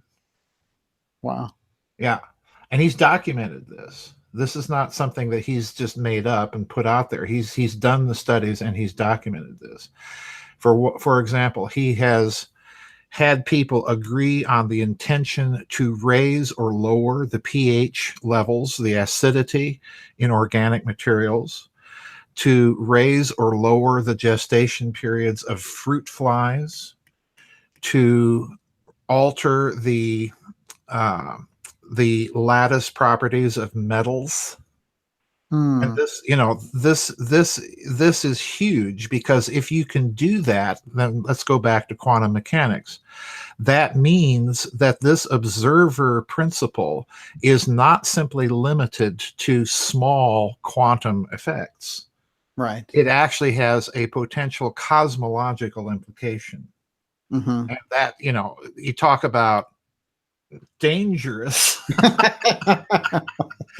the wrong hands. In the wrong hands, I would not want to see a colloquium of Adolf Hitler and Joseph Stalin and Chairman Mao playing with this stuff. No way. That is fascinating. It is interesting that nature of reality, we're in such a point where it's not like some advanced school that knows all these things can come forward and say, here, because we're in such a state where the developmental properties of the culture itself need to be upgraded in order to accept it, which is very interesting because, we look at a number of different groups from the past. And when we look at things like the Rosicrucians, for example, they with some interesting members. I found Walt Disney among their members recently. But Sirhan. Oh yes, fantastic. Gene Roddenberry.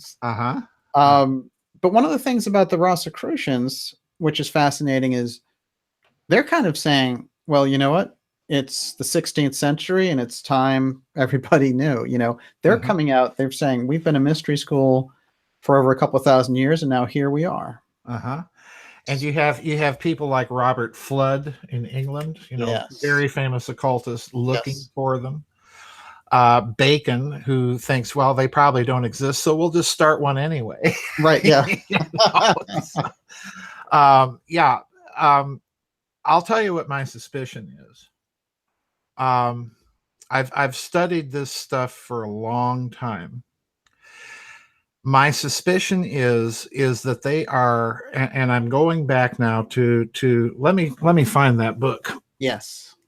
Let me find that book, and I will read it. There we are. You know that people want a shot of that bookshelf. All right, here we go. Let me read this. We see, quote, we see that the old geometers have made use of a kind of analysis which they extended to the solution of all problems, albeit they have hidden it from posterity. I well realize that they must have known a kind of mathematics that was very different from today's common one. Not that I think they knew it perfectly. And indeed, some traces of this true mathematics seem to me to be still to appear in Pappus and Diapanctus, who, though not belonging to the most ancient ages, lived many centuries before our times. I would also think that later on, it was suppressed by its very authors because of a certain wicked slyness. That's René Descartes. Wow. Here's Isaac Newton. Okay. To be sure, the ancients' method is more elegant by far than the Cartesian one, for Descartes achieved the result by an algebraic calculus which, when transfused into words following the practice of the ancients, would prove to be so tedious and entangled as to provoke nausea, nor might it be understood. But they accomplished it by certain simple proportions, judging that nothing written in a different style was worthy to be read, and in consequence concealing the analysis by which they found their constructions. That's Newton. This is Leibniz. This is my favorite. The ancients seem to have recognized and possessed such an analysis proper to geometry, for in their works I think I can make out some vestiges of it, namely, of an algebra in which numbers are not the issue. Certainly, it is by this art that they unfolded those propositions, otherwise we would not have had them for such a long time, which only with difficulty would we find by using our modern methods.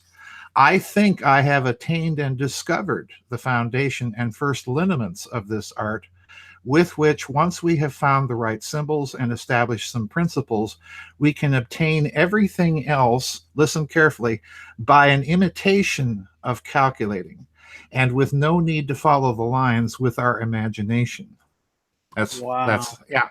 So my suspicion is, looking at all of this esoteric lore, looking at the spiritualists, the theosophists, the anthroposophists, and so on, that whole 19th century movement, and in looking at the higher ranks of Masonry, my suspicion has always been that they are looking for some sort of analytical key that will be a formally explicit means of looking at all of those magical systems and saying, this is why it works.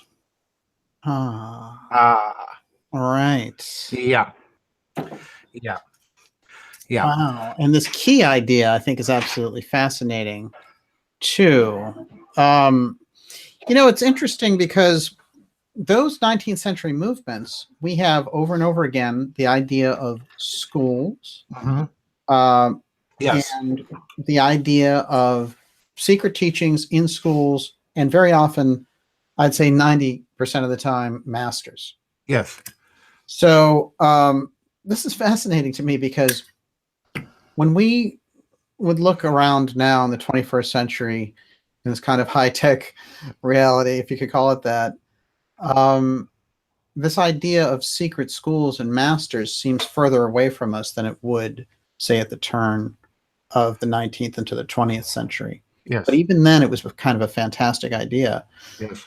And we have people, like I mentioned, like Bulwer Lytton and these people, referring to this type of thing also.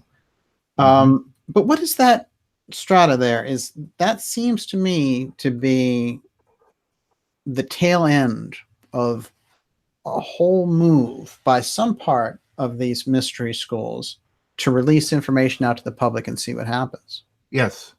Yeah, I think part of that release, I think I'm with you. I think that was a very deliberate move. But I'll tell you why I think in part that they did it. They, taking again those three quotations here, is, these three mathematical geniuses, one's an alchemist, the other guy sits around and invents analytical geometry, and then Leibniz, he's off in his own crazy little world all the time anyway. You look at what they're saying, and they're saying something huge. They're saying that there's a method of mathematical analysis that can be applied to consciousness itself. That's what they're really saying. So when you have these schools releasing this stuff, I suspect in part what they're also trying to do is they know that they're missing some key crucial insight, and therefore they're releasing enough information to see if anybody out there can come up with it. Oh, they're kind of crowdsourcing. Yeah. Bingo. Bingo. That's fascinating. Bingo. Exactly. It's an experiment. It's an experiment. Yeah. It's an experiment. And it's interesting that when you see this explosion happen, well, it's like I said before, what happens? You have the invention of quantum mechanics. They have to invent whole new kinds of mathematics just to even talk about it. Yeah, right. So yeah, I think it's been a huge experiment. I think that they are close to getting that key. everything that I've read, and I've read, I've got a whole shelf devoted to this whole topic over here. To give you one example, look at that book title. Principles of Topological Psychology.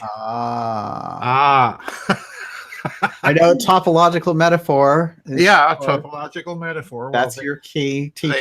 There you have a psychiatrist dabbling in mathematics. Wow. To figure out, what is this mystery that we're calling consciousness. Wow. This has been going on, and everything tells me, they're getting close.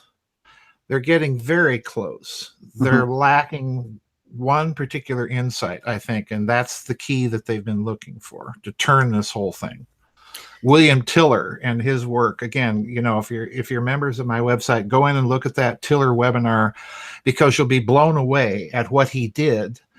And what he really did was he just sort of secularized Christian sacramental teaching and then applied it to material science, and boom. Wow. Yeah. It's just really kind of wild. Yeah, that's incredible. I wanted to point out, well, by the way, speaking of these schools, I think that we're looking at really the descendants of the Pythagoras wave, because that was the music mathematics, and it seems like that is really... Music is at the core of this. Mm-hmm. Music is at the core of this, because the creation of the Western tonal system that allows you to modulate keys in the middle of a piece, that was a huge physics unification. That was a purely mathematical adjustment. And what it's telling you is something very interesting about the cosmos and the cosmology. And I personally think the Pythagoreans knew this technique, and that was one of their big secrets. Wow. In other words, if you went back and listened to Pythagorean music, you'd be hearing Western tonal music 2,000 years before Mozart or Handel or whoever. Right. You'd be hearing that kind of music. I think that was their big secret. But what it's also telling you is it's a very interesting cosmology. And this cosmology is definitely part of this spiritualistic movement. And it's the idea that the cosmos is good, but it requires the mind of man. It requires logos. It requires reason to make a slight adjustment to it. In other words, the cosmos is presented to us as a puzzle to perfect. Mm-hmm. And if we don't do that, what happens? The cosmos falls apart. Right. Chaos. Bingo. Yeah. This is very much a part of their thinking. This is very much a part of their spirituality. It's really there. I mean, it's there big time in the Hermetica. So yeah, this I think is another part of this impetus that's coming out in this period that you're talking about. I hope I'm adding to your discussion. Oh, absolutely. Babbling on here, Joseph. It's amazing. What's fascinating about this is I instantly, when we say Pythagoras, go to Egypt, because those were the schools that he was hearkening back to. Yes. Yeah. This sound thing is interesting, though, because you've pointed it out in relation to the Great Pyramid. Mm-hmm. And you've talked about how the Great Pyramid it's an analog. Mm-hmm. That's fascinating. Can you mention that a little bit here? Well, the ancient way of thinking is highly analogical. In other words, you cannot understand the way the ancients think if you do not have a grasp of analogical thought. And analogies are, we use them all the time. It's how we learn. We take something that we learn from one context and we apply it to another context. And that's how we learn. And for the ancients, the way I think they understood the cosmos was they understood the cosmos as one big, huge analogy. So in other words, it was the stuff of creation itself. And it's the way that creation generates diversity and more information. And they applied this rigorously. The Egyptians were masters at it. You read Schwaller de Lubitsch, and he will talk about the hieroglyphs being highly analogical symbols. You have to think about them in order to understand them. And it was because of his ability to do that, to look at these symbols as multi-tiered kind of contrapuntal symbols that were designed to convey several layers of information at the same time. There's a case of a temple in Egypt where you have hieroglyphs on one wall and hieroglyphs on the other wall. And Egyptologists were trying to figure out, what is this saying? And de Lubitsch figured out that this was a three-dimensional thing, that you had to read the symbols on one wall and then the symbols on the other wall and kind of put them together. Yeah, it's just bizarre. How advanced is that? Oh my God. It's huge. Yeah. You know, if these people are thinking in 3 dimensions, even in their written language. You know? So, I want to ask you a question kind of out of turn here. Sure. But it just made me think of it when you're talking about hieroglyphs. When we get around the UFO file and we get around cases where people have seen crash material, always we go back to hieroglyphs. What is going on there? I don't know. Yeah. But I strongly suspect that there's an element of, and I'm kind of with Jacques Vallée here, I strongly suspect that there's an element of a psychotronic technology involved with UFOs. In other words, that these are technologies not just of advanced propulsion and anti-gravity. They're technologies that are mind manipulation technologies, that they have embedded, you know, going back to Dr. Tiller, that they have embedded intentionality in them. And that's the reason that they affect us in a certain way. So, again, we're back to consciousness. Yeah. And if, you know, the presence of hieroglyphs on these things, you know, we've had stories from the Kecksburg Bell having some sort of hieroglyphs on them, to the Roswell crash with, you know, the strange little symbols on them. To me, that's an indicator you're dealing with a very kind of ancient analogical worldview, an analogical cosmology. So,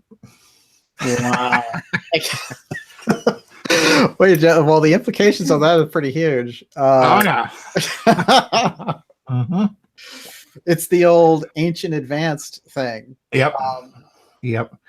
Now, what I think is interesting, since we're in the UFO and pyramid zone second here, this is interesting. So we've been following in the X series stuff that I've been doing, this X Steganography, going through these, moving around this technology or question mark, whatever it is, through these different agencies using X as the identifier so they can follow it. And then as we've gone back, when I was looking, last week we were looking at the Theosophical Society and how that was coming up around Keeley and all the rest of it.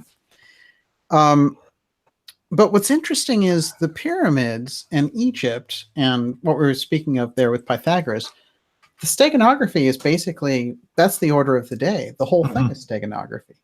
Yeah. And don't forget Christopher Columbus. Yes. And Pope Innocent VIII's tomb.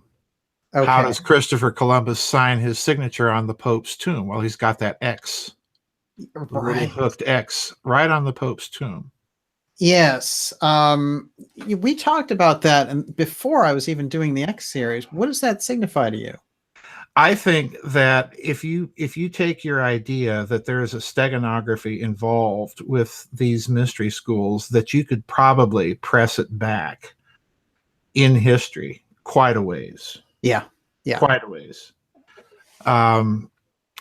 We've got to remember that these mystery schools preserved, you know, you can read Adam Weishaupt, if you want to get the modern version of it.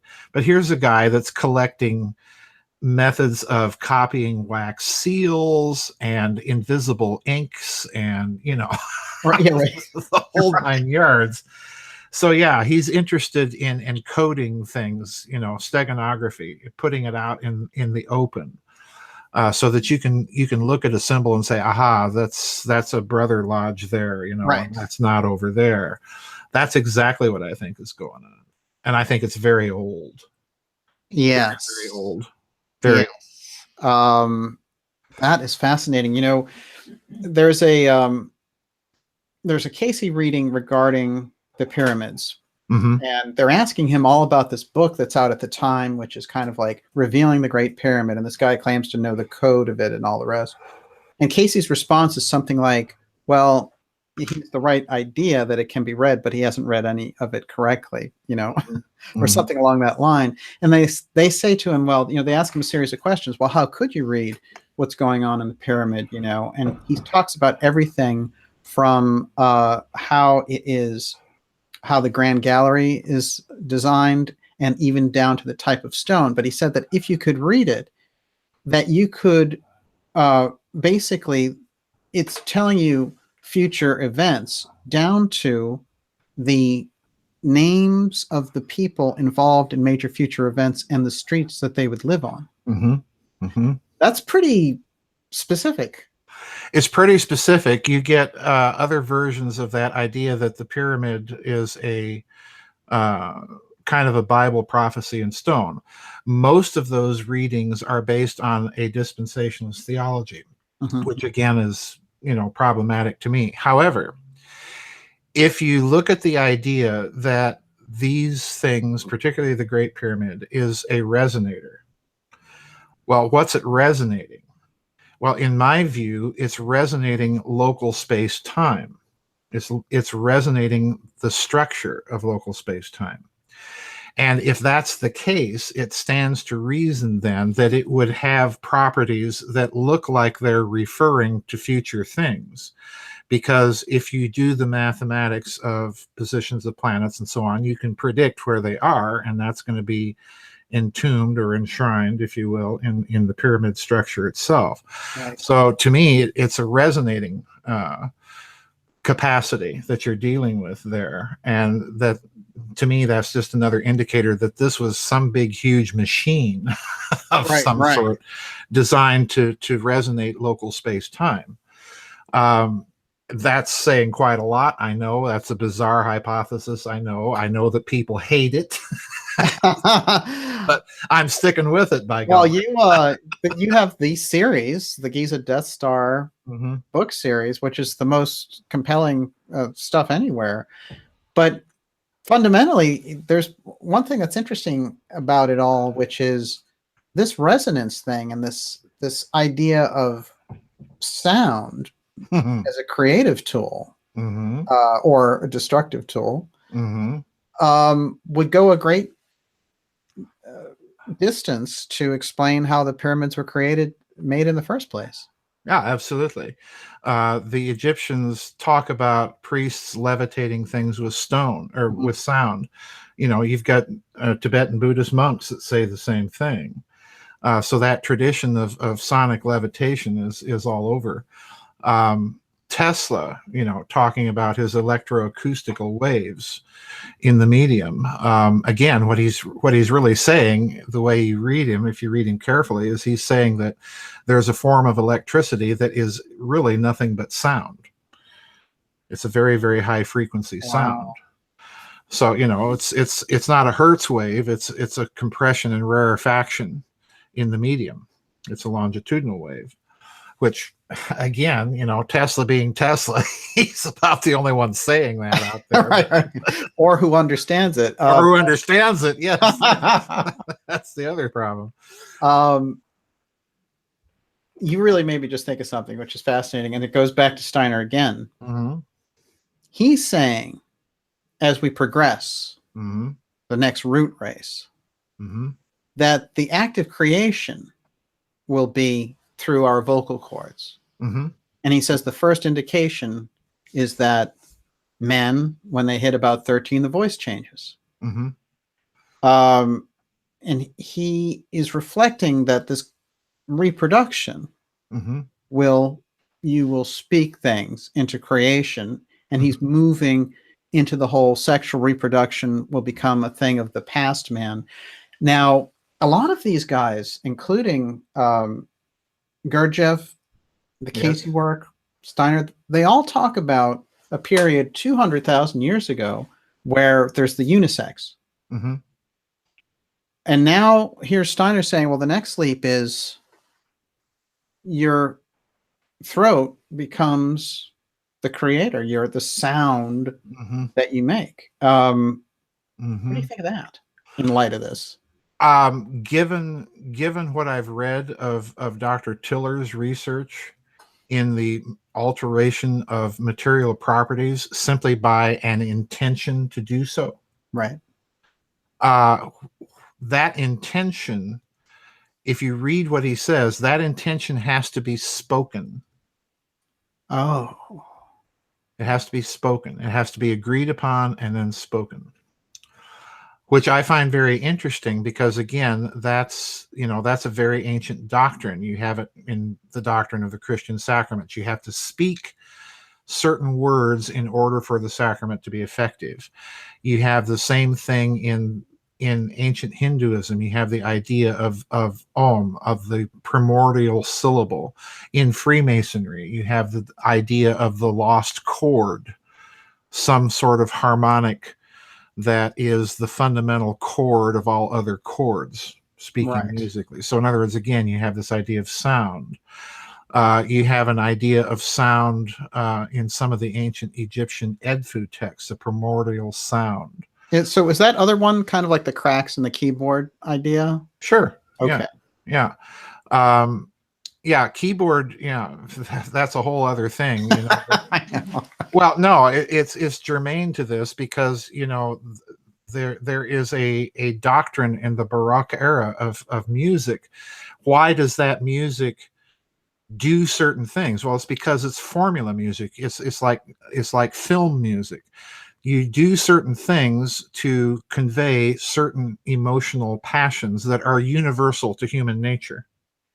So in other words, they are literally using certain musical procedures to produce certain affects in the listeners. It's mind manipulation. And that's a doctrine that's almost completely unknown today.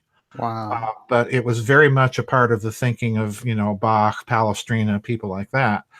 They were schooled in it. This was part of their formal musical training. And incidentally, if you look at those Baroque musical theory texts, the terminological borrowings from alchemy are all over the place. Mm-hmm. You're right. So what does that tell you? Right, yes.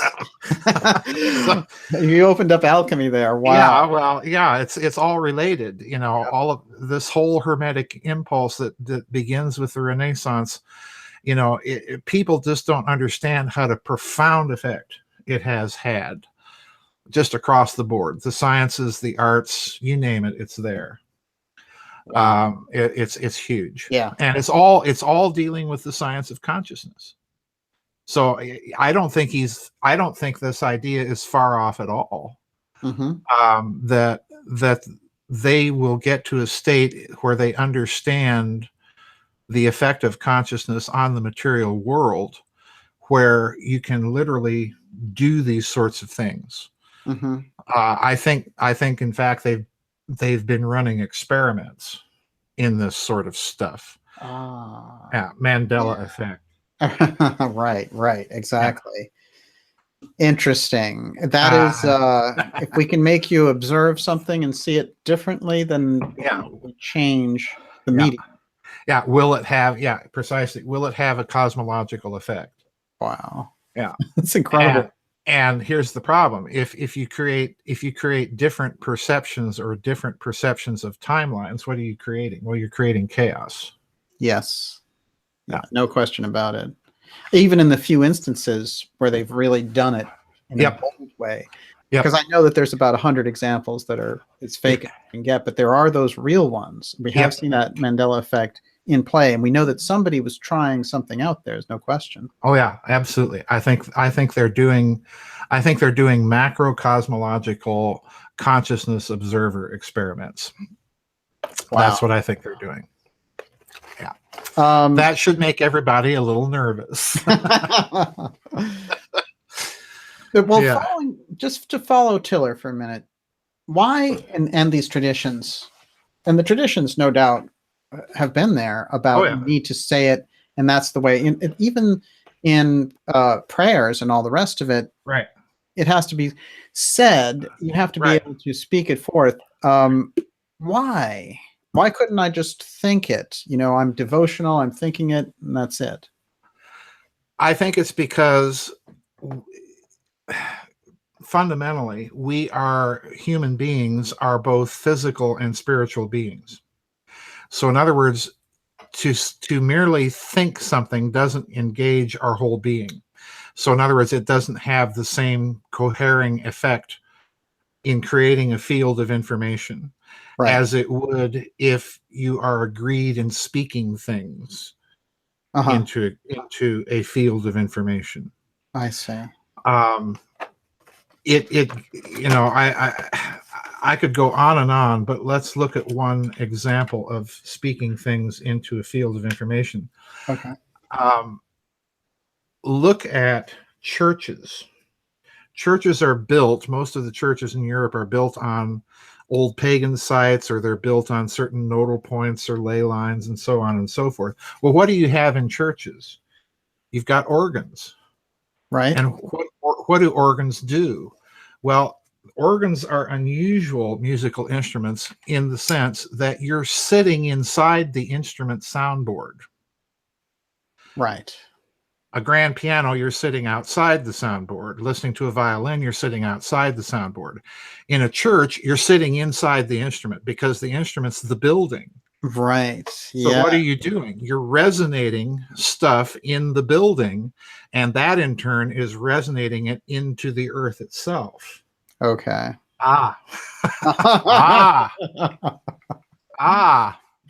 Well, those changes. Yeah. Oh golly. Maybe there's a reason that they were thinking in alchemical terms back then when they were writing their music. Rippling effects. Exactly. Yeah. They're putting information into the field.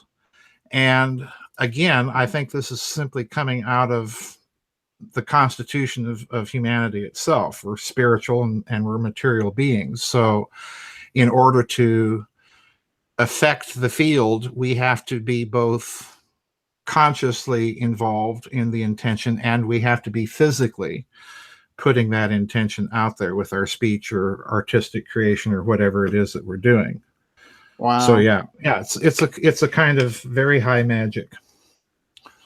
Why do those esoteric traditions cling to this idea? Obviously, I mean, they think it's true.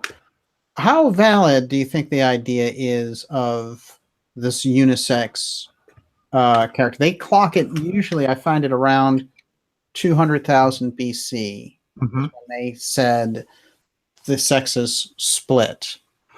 I think it's very valid. When Dr. DeHart and I wrote the Transhumanism book, we were dumbfounded to find this idea of, and we had to create an oxymoron to describe it, this idea of the masculine androgyne. And we kept running into this. Why is that there? Yeah. And, you find this idea of the unisex even in Judaism. You find it in the Palestinian Talmud. You find it in Maximus the Confessor, a very famous Orthodox saint who, in his version of this unisex androgyne, the sexes were split in prevision of the fall, but the actual original state of humanity was as an androgyne. And again, you find it in Mesoamerican literature and doctrine. Where's this coming from? Right. Why is it there? And we had to puzzle out why would they think of this as a masculine androgyne? And what we thought they might have been doing was, again, they're thinking analogically. If they had a high science, and every indication is that they did, then if they're looking at males and females, they'll have noted something about males that's very different from females. Males carry both sexes.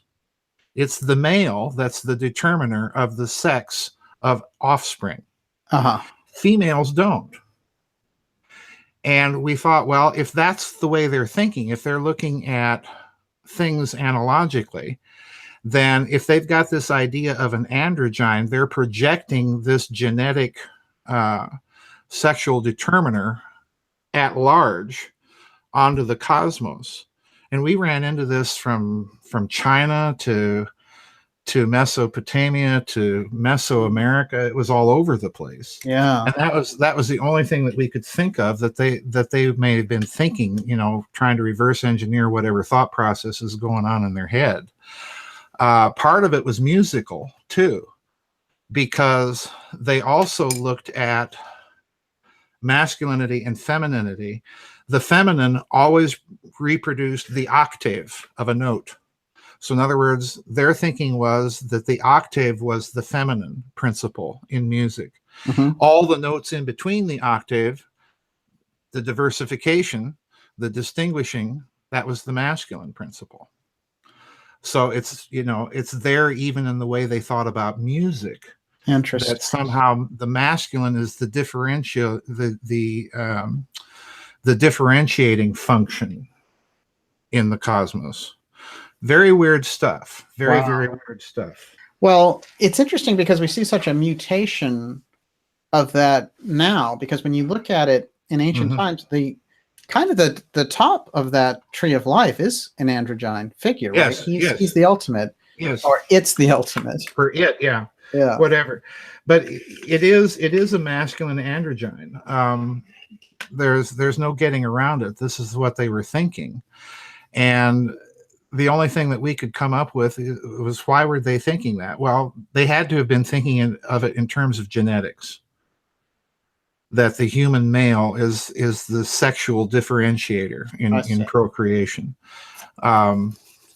Very, very weird stuff. We ran into so much weird stuff investigating that book. It's not even funny.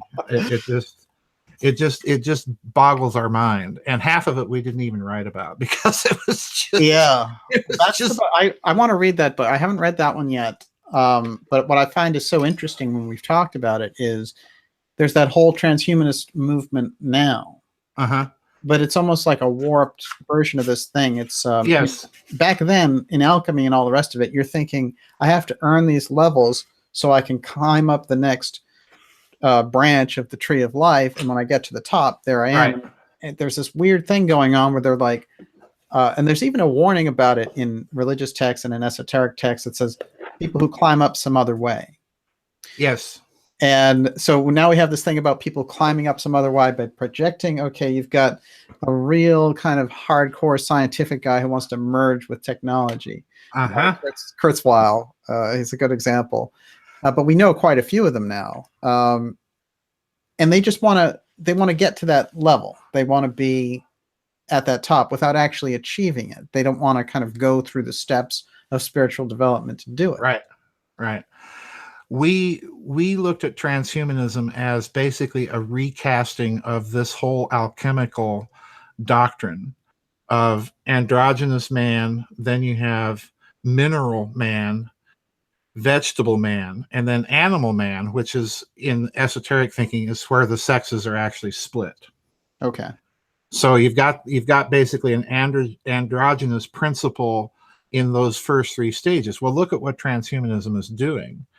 If you look carefully, they're trying to climb back up that ladder, the fusion of the human and the machine. There's mineral man for you. Right. The fusion of the human and plants, all of this miscegenation that geneticists are practicing. Again, they're trying to climb back up that ladder.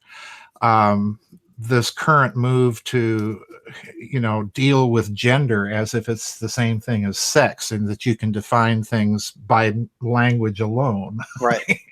Yeah. um, rather than that was rather. Yeah, that's the big one. And don't call him a he or a she, or yeah, you get into trouble. yeah, you know, that's a very Gnostic way of trying to do this, and eventually it short circuits because you can't you can't base reality on linguistic make believe. Right, it doesn't work too well. Joseph, you'll love this. Up here, Olivia and I were talking about this case that just happened. Somebody sent it to me, but it's here in Massachusetts. There's this case where they are punishing this kid because he was calling his friend his best friend, and they said, well, that causes problems, and they're adopting this thing where the kids in the school can't say best friend. Oh, jeez.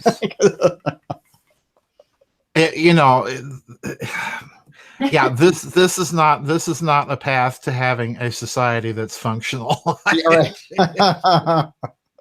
It ain't gonna work. Embrace the state now. Yeah, exactly. Big Brother loves you. I sent you something about these X's and Plato, but I'm going to run through them real quickly because I think you find it interesting. But before I do that, I have to show you this because when I came across it, I was fascinated. So in about 1884, there's this very famous medium operating out of Virginia, and she has this enterprising husband. Brother. And he kind of gets all these people into her mediumship and all the rest of it. And during that mediumship, he asks, I want to make a thing where people could understand what you're doing. And this is where the Ouija board comes from. Mm-hmm. And at a certain point, he says, what can I call the game? And she says, call it Ouija. And but as he's designing it and all the rest of it, he gets this great idea about using all these symbols. And I'm going to show you the first version of the Ouija board, and I'm going to ask you for your live comment here. Okay. Holy cow. First version of the Ouija board. Oh, my word. And he goes on to call his company the Swastika Trading Company. Oh, jeez. Well, no Nazis here. I mean, that's show it again. That's the swastika going. Yeah, that's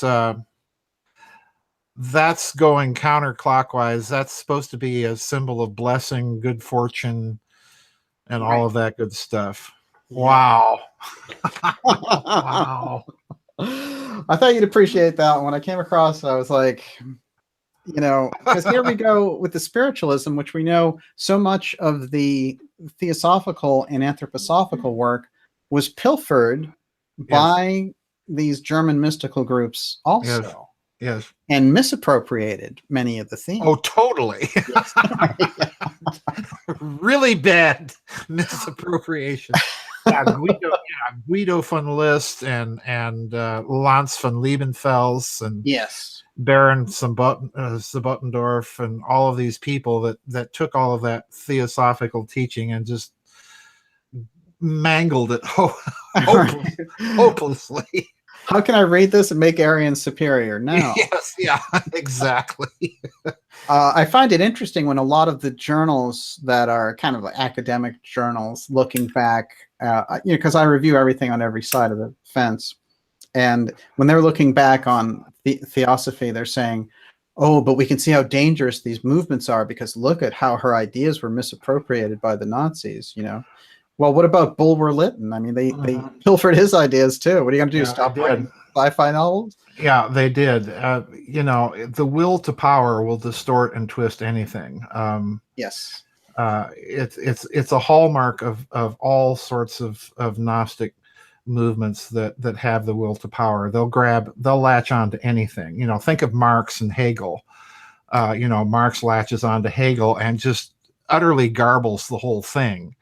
And you end up with the purges in the Soviet Union. So yeah, and it's fascinating. There is that incredible esoteric angle. Oh yeah, Nazi rise. Oh yeah, absolutely. Yeah, absolutely. It's you can't look at the Nazi party rallies and see anything else other than occult ritual. Yeah. Writ large. Everything is calculated very, very carefully. In fact, if you look at those rallies, you'll always have Hitler, Hess, and either Goering or Himmler, 3 people. And that's coming right out of Joachim Fiore, that medieval dispensationalist that I mentioned earlier. Right. Because he's got the 3 figures constantly in his Yes. thinking. So, the Nazis are latching on to all of these symbols and twisting them. Ein Volk, ein Reich, ein Führer. Well, what's that from? That's from the book of Ephesians, 1 Lord, 1 faith, 1 baptism. It's a twisting of everything. Wow. And, over and over again, you get this in Nazism. Wow. It's fascinating. There was something that you pointed out about their kind of strange focus and obsession around sacred objects. Yes. Yeah. Yeah. Power objects. Himmler was obsessed with them. Hitler, to a certain extent, was obsessed with them. To get all of these power objects and bring them to Germany and literally own them.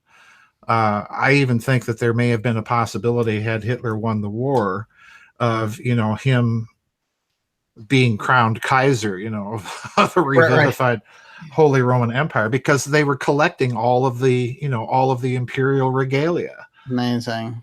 So there's the one that you pointed out, which was the spear. That's Spear of Longinus. Yep. Yes. Yeah, that was taken from the Hofburg. Hitler, when the Anschluss with Austria happened, Hitler went directly to the Hofburg to view the imperial crown jewels, and they were boxed up. And the Spear of Longinus was actually sent to Nuremberg and kept there in Nuremberg for, the big party rallies and all of that good stuff. Oh, yeah. Wow. Oh, yeah. Wow. Incredible. Yeah. They understood there's definitely an occult Oh, yeah. know-how, deep knowledge on the side of the Nazis, and their appropriation not only of the themes but of the objects is real sorcery. Well, look at the other thing that they appropriate. They appropriate neuro-linguistic programming techniques, big time, constant use of them. Right. It's really, there's no technique that they did not explore and that they did not use. Right. You can't explain taking a modern great power and making it go collectively insane.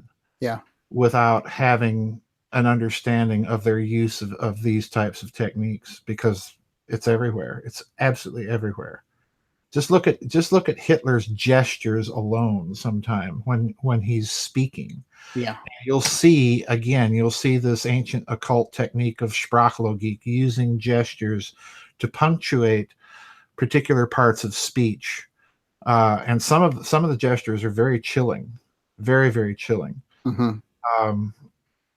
The symbolism of them, if you stop and examine what he's doing and think about the symbolism, it's very, very chilling. He's there's also a big party platform about Atlantis and how they're the descendants of Atlantis and all the rest of it. So yes. Very openly esoteric. Yes, absolutely. William Henry, I don't know if you're familiar with his work.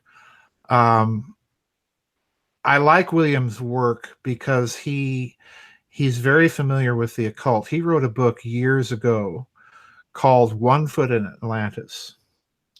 And it's a study of occult technique and symbolism in the United Kingdom, United States, and Nazi Germany during World War II. And it's chilling because when you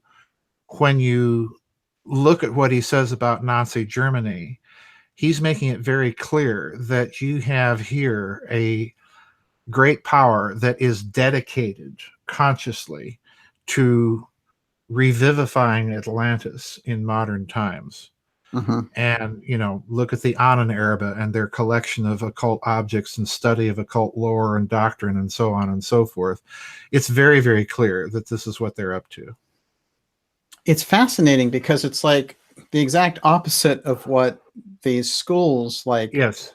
theosophy and anthroposophy are trying to push. It's almost like this reverse upside down version. Mm-hmm. Mm-hmm. Yeah. It's like the tarot card upside down. Yes. I wanted to touch base on this, and I'm just curious where it will go, so we'll just ride with it, but it'll take us to the X and the Eleusinian mysteries. Mm-hmm. So let's first, I'm going to take a look at this figure who is Oh, wow. Hecate. Hecate. Yes. Uh-huh. You know where we're going. Of course, Walter Bosley should be here. I know. Yes. Well, it's 3 in 1, of Mhm. course. Mhm. Last week we were talking about this Janus character, 2 heads in 1. Mhm. On her temples, we find this. They call it the equal armed cross, and this one is in modern day Turkey. Yep. Cross in the circle. Yep. This, of course, what does that remind you of? Statue of Liberty. Mm-hmm. Yeah, I would say that looks a lot like the Statue of Liberty. And we won't explore that too much, but what I found was there was an excellent book and essay called The Celestial Intersection on Roman Coins by George Latorre, Mhm. who was an author I wasn't familiar with. And when I was exploring the X stuff, I ran into his work, and he's the only person, as far as I know, who's raised this X that apparently Plato states in Timaeus and in the Republic, the cosmic X. Mhm. And he's referring to how God has kind of fashioned this crossroads. And tracing it back further, he learns that the Eleusinian mysteries took place under this occasion of a starry night where you could really see this X in the sky. Right. And he goes into it. And so just a quick quote here. The zodiacal light rises from the horizon, envelops the planets along the ecliptic, and intersects the Milky Way, revealing the celestial crossroads, Mm-hmm. Mm-hmm. Plato's X, Mm-hmm. Mm-hmm. the location of the gates of heaven. That's how it's referred to. The celestial intersection of Plato's X could be seen on imperial coins over hundreds of years, where it proclaimed Rome's control of the gates of heaven. Mm-hmm. So I grabbed some of these coins. One of them, this coin actually shows this emperor holding the goddess there. Yep. Yep. Uh-huh. But these are more blunt about the X. And one of the things I pointed out to Olivia is that it looks very much like the Pine Gap logo. It is the spinning image, but this is interesting. I think this is more of the coins. And here is the X. Push it up above. Near the sun and the moon. Oh, yeah, I see it. Uh-huh. Yep. You see that? Yep, I sure do. And he goes into quite a series. There's shot after shot of it showing up, so there's no question about it. Yeah. This one I find interesting, and it starts to show up lower Uh-huh. as we go. This person's sitting on it. It's at their feet. Yep. But over and over again, now we have Plato's X, and it's right in the heart of the same document where he's discussing Atlantis. Yeah. So in terms of steganography, interestingly enough, I found that this X got cycled out, and they started using a different version, and they would use it around the first 2 letters in Greek for Christ. Right. Yep. Absolutely. Yep. Absolutely. So what are we bumping into and bumping up against here with this Plato's X in the sky? Well, and the Eleusinian mystery mm-hmm. aspect. Well, there's two parts to this. I'm going to give you a patristic answer, and I'm going to give you an esoteric answer, and they're kind of the same. Okay. The church fathers were not we have this idea now that, oh, you've got all of these myths, ancient myths of the dying God and all of this stuff, and therefore Christianity is not true. If you go back and read the church fathers, they had exactly the opposite view. They were very familiar with all these different mythologies, and the way they looked at it was that this symbolism, the symbolism of the cross in the heavens and so on and so forth, was actually part of the cosmological fabric, if you will. In other words, it was a magical doctrine that was just taken over whole cloth into Christianity.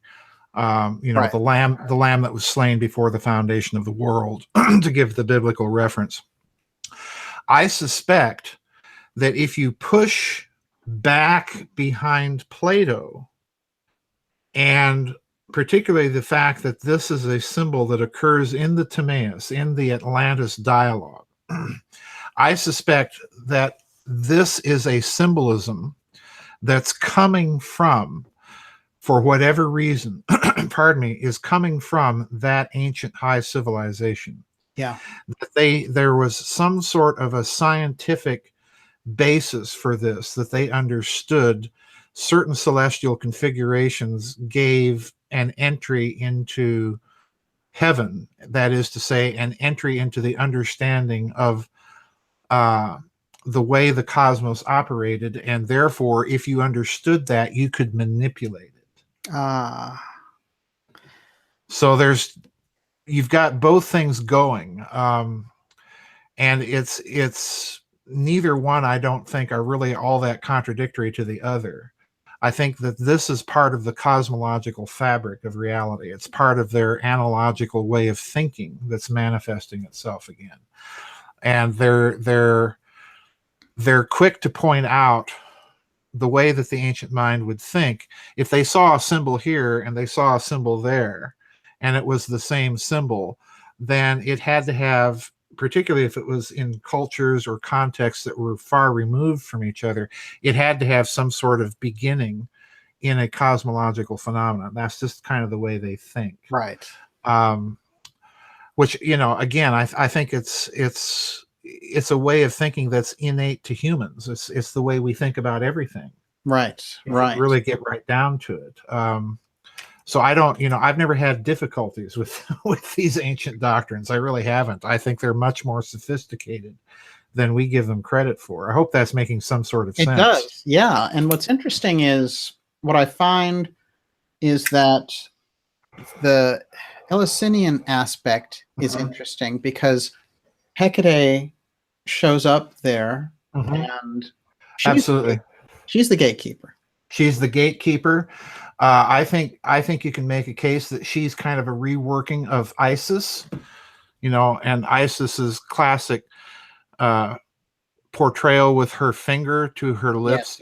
Yes. Keep this secret. Yes, I've seen that. Yeah, I think there's a certain case to be made that Hecate is kind of a rehashing of Isis, and I also think that with Hecate you also get some parallels to Ishtar, the Babylonian goddess, right? It has kind of the same function, right? Kind of a gatekeeper.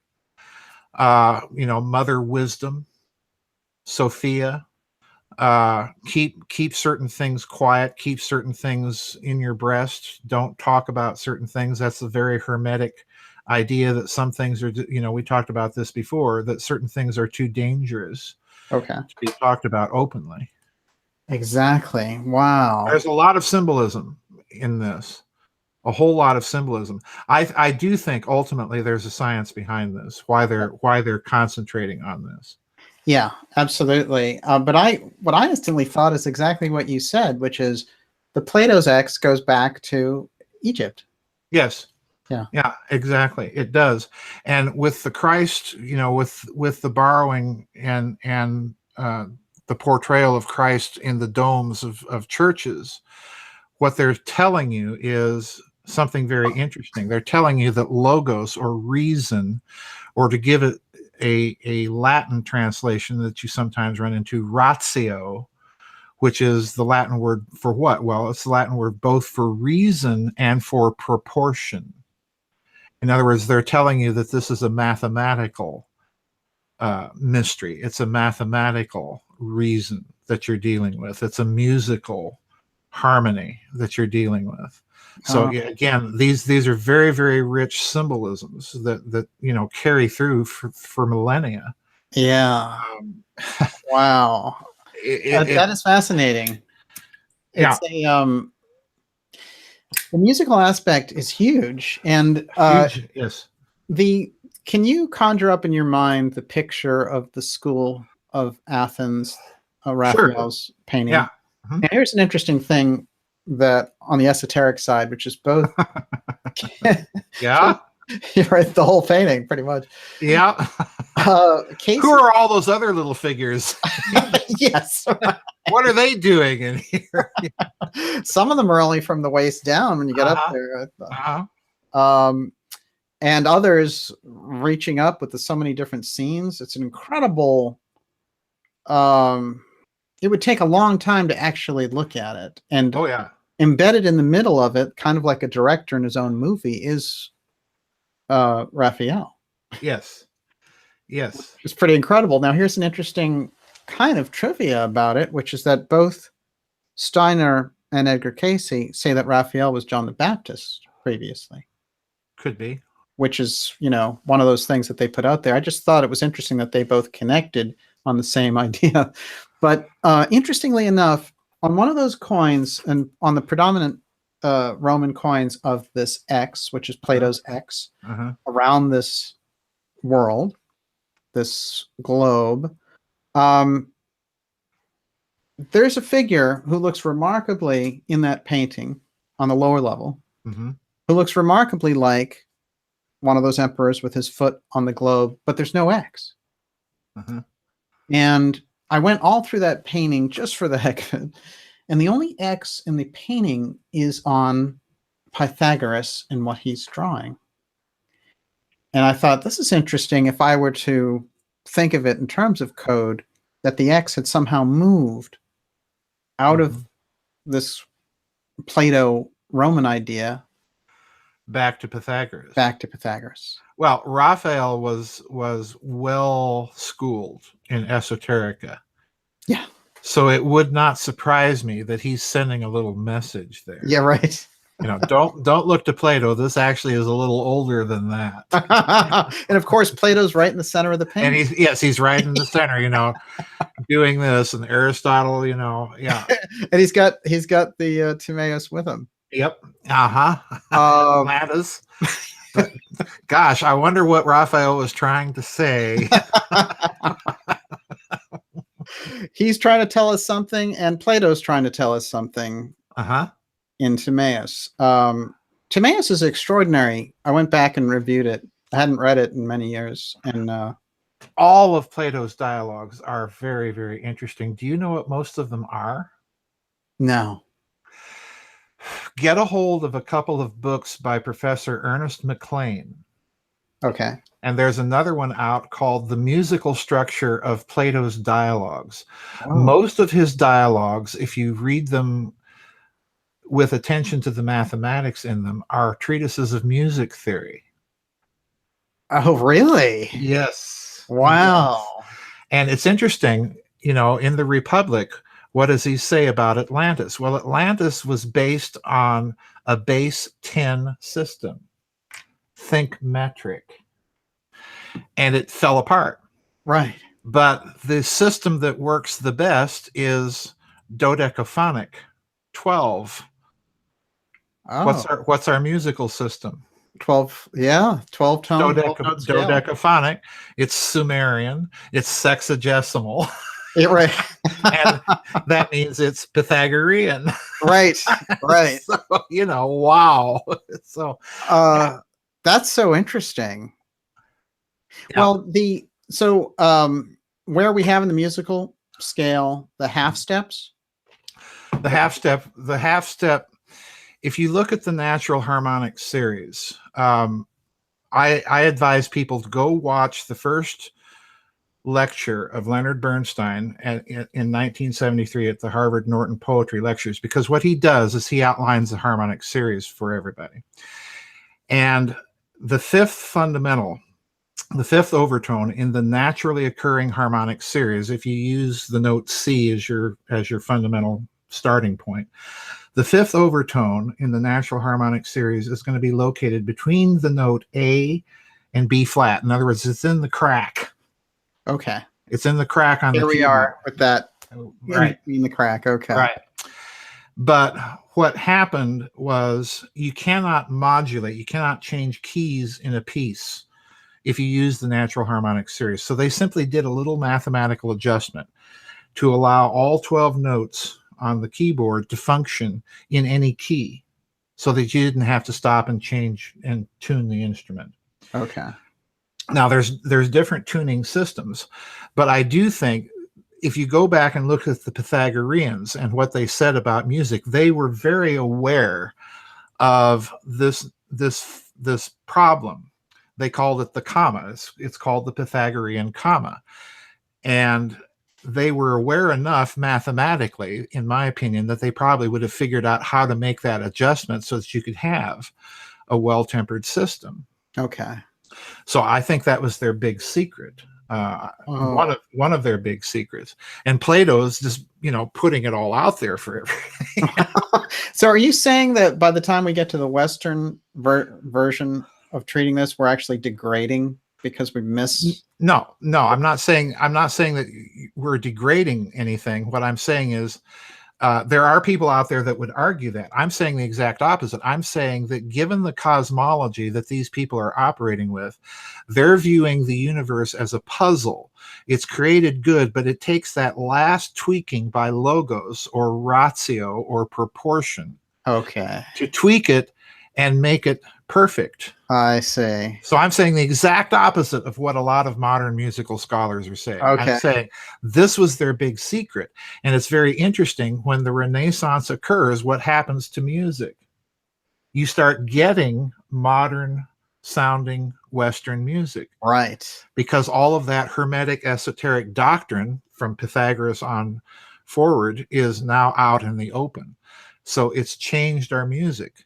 We can't have the Beatles without this system of tuning. We cannot have, Shania Twain. We can't have Bach. We can't have any of these people without this system of tuning. Yes, it's totally changed. It's totally changed. Yeah, and that's our entire reality. And all the emphasis that we've seen and in our discussion that's been put on sound, if you think about that, it's a pretty big deal. Oh, huge. Yeah. It's a cosmological thing that they did because, again, the music of the spheres, the harmony of the spheres was a cosmological doctrine for them. So it became, to a certain extent, for that way of thinking, it became an essential step that they had to make. Listen to Western music, then go listen to a Hindu raga, which doesn't change keys, and you listen to this stuff for 40 minutes and you're going to be, Yes. You're going to be exhausted at the end because it doesn't go anywhere. Definitely. Absolutely. It's very creative and it's got lots of interesting stuff going on, but it's stuck in the same key. Yes. There's no question about it. And that puts us into like a weird alpha state. Yeah, it does. It does. Absolutely, it does. So yeah, this to me, this whole analogical way of thinking, it's coming out of all of these esoteric doctrines. There's no doubt in my mind, and you really get that impression about Plato and Pythagoras if you sit down and read Professor McLean's book. I talked about him in Giza Death Star, so way back when. And I talked a lot about music in Grid of the Gods and what's going on and why these people are thinking this way about the cosmos and music at the same time. Yeah, right.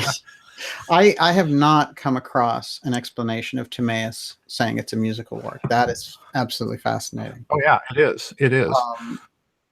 And it's interesting in terms of communication because we know a lot of these groups, there's an interesting story about a relative of Gurdjieff who speaks the entire Gilgamesh legend before they find it. And then during Gurdjieff's lifetime, they run across it and he hears it and he says to himself, my God, the oral tradition preserved it. Preserved it. Yes. Yeah. Yes. Absolutely. Yeah. And we know with any tribe, tribal culture, of course, there's all of that with the Aborigines also. Before we go any further, Olivia, you got a lot of good questions over there, I can imagine. I do. Okay, now what we'll do here is we're going to run right into questions, but I want to sum up something and ask you, Joseph. I wanted to make sure before we go to questions, I had asked you this, and it relates right to those coins that we were looking at. Before we go to questions, let me take a little break. Yes, perfectly. I'm sitting here drinking tea, you know. Nicely done.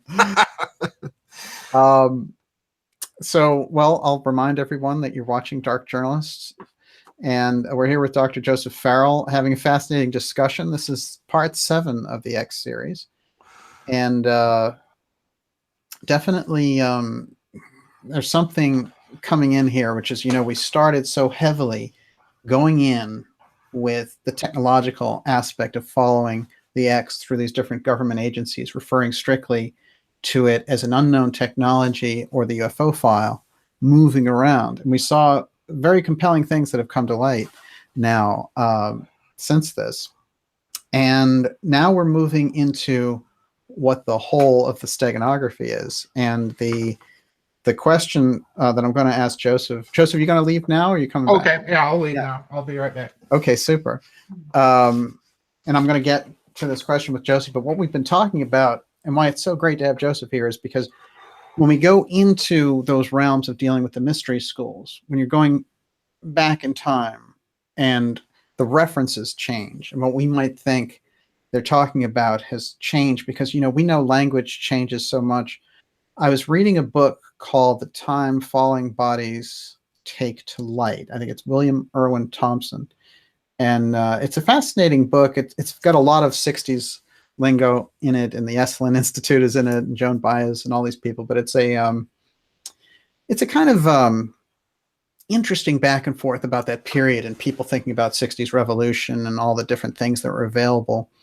But the language is unbelievably dense and laden with all of these kind of phrases and catchphrases from the period that you're really like, wow, in only 50 years, our culture has changed so much that so much of these, you know, the kind of colloquialisms of the time are really very, very different. But I find it interesting anyway. I mean, I actually love that stuff when it happens. But we can see when we're looking back to a period, you know, if we go back even to the language that Theosophy was using a little over 100 years ago, and in Steiner's case, it's German translation into English. Those aren't in English, which is why there was some concern about his lectures coming out and being bastardized in a sense, because you get the translation and the person writing it down. And if they say something a little bit off, then Steiner's whole reputation is riding on the accuracy of their transcript and then the translation after that. So you have to go very, very hardcore into it to get to the real thing. So when we want an all-star, you get an all-star. Joseph, you're back. I'm back, yes. It's great to see you, and it's just terrific to have you on for this. The X that the Roman emperors, Plato's X that the Roman emperors are putting on their coins. Mm-hmm. My question for you, and I'll give everyone one more look at it. Mm-hmm. Is that steganography, or are they absent-mindedly just plugging in themselves to this power circuit, and Plato has the real steganography in the tail? Oh, that's a good one. Did they know or not? I guess. Well, I think you can reach a certain point in the decay of the Western Empire where things are simply being done by rote without much understanding. But that said, I think given the way that the Roman mind thought, that the genius of the empire, and I'm using the term genius in its full Platonic sense here, that the genius of the empire was Roman administration, and Caesar being deified was the deification, literally, of the Roman state. That use of that symbol to claim a direct cosmic connection with the cosmic order, and that's a very, very typical thing for empires in that period. The Babylonians did this, the Egyptians did this, the Assyrians had this idea. They all had this idea, even the Chinese, that their empire had to be a reflection of the cosmic order. Okay. So yeah, I think it's very deliberate steganography, and I think it's also a very deliberate appropriation of the symbol in order to claim that kind of heavenly order. To say yes, we've got the approval of heaven here, and it carries over, of course, into the Christian empire. So yeah, I think this is not accidental at all in the earliest period. By the collapse of the late empire, yeah, it may be kind of a rote thing, but right. The Eastern Empire preserves and goes on for another 1,000 years, and it certainly was grounded enough in all of this ancient lore that I think it's very, very definitely there.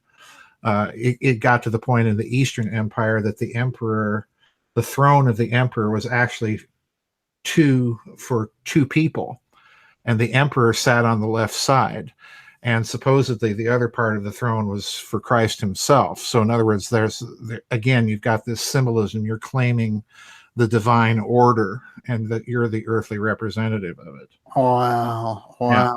I've never seen. I have to look at that. That sounds amazing. Mm-hmm. Yeah.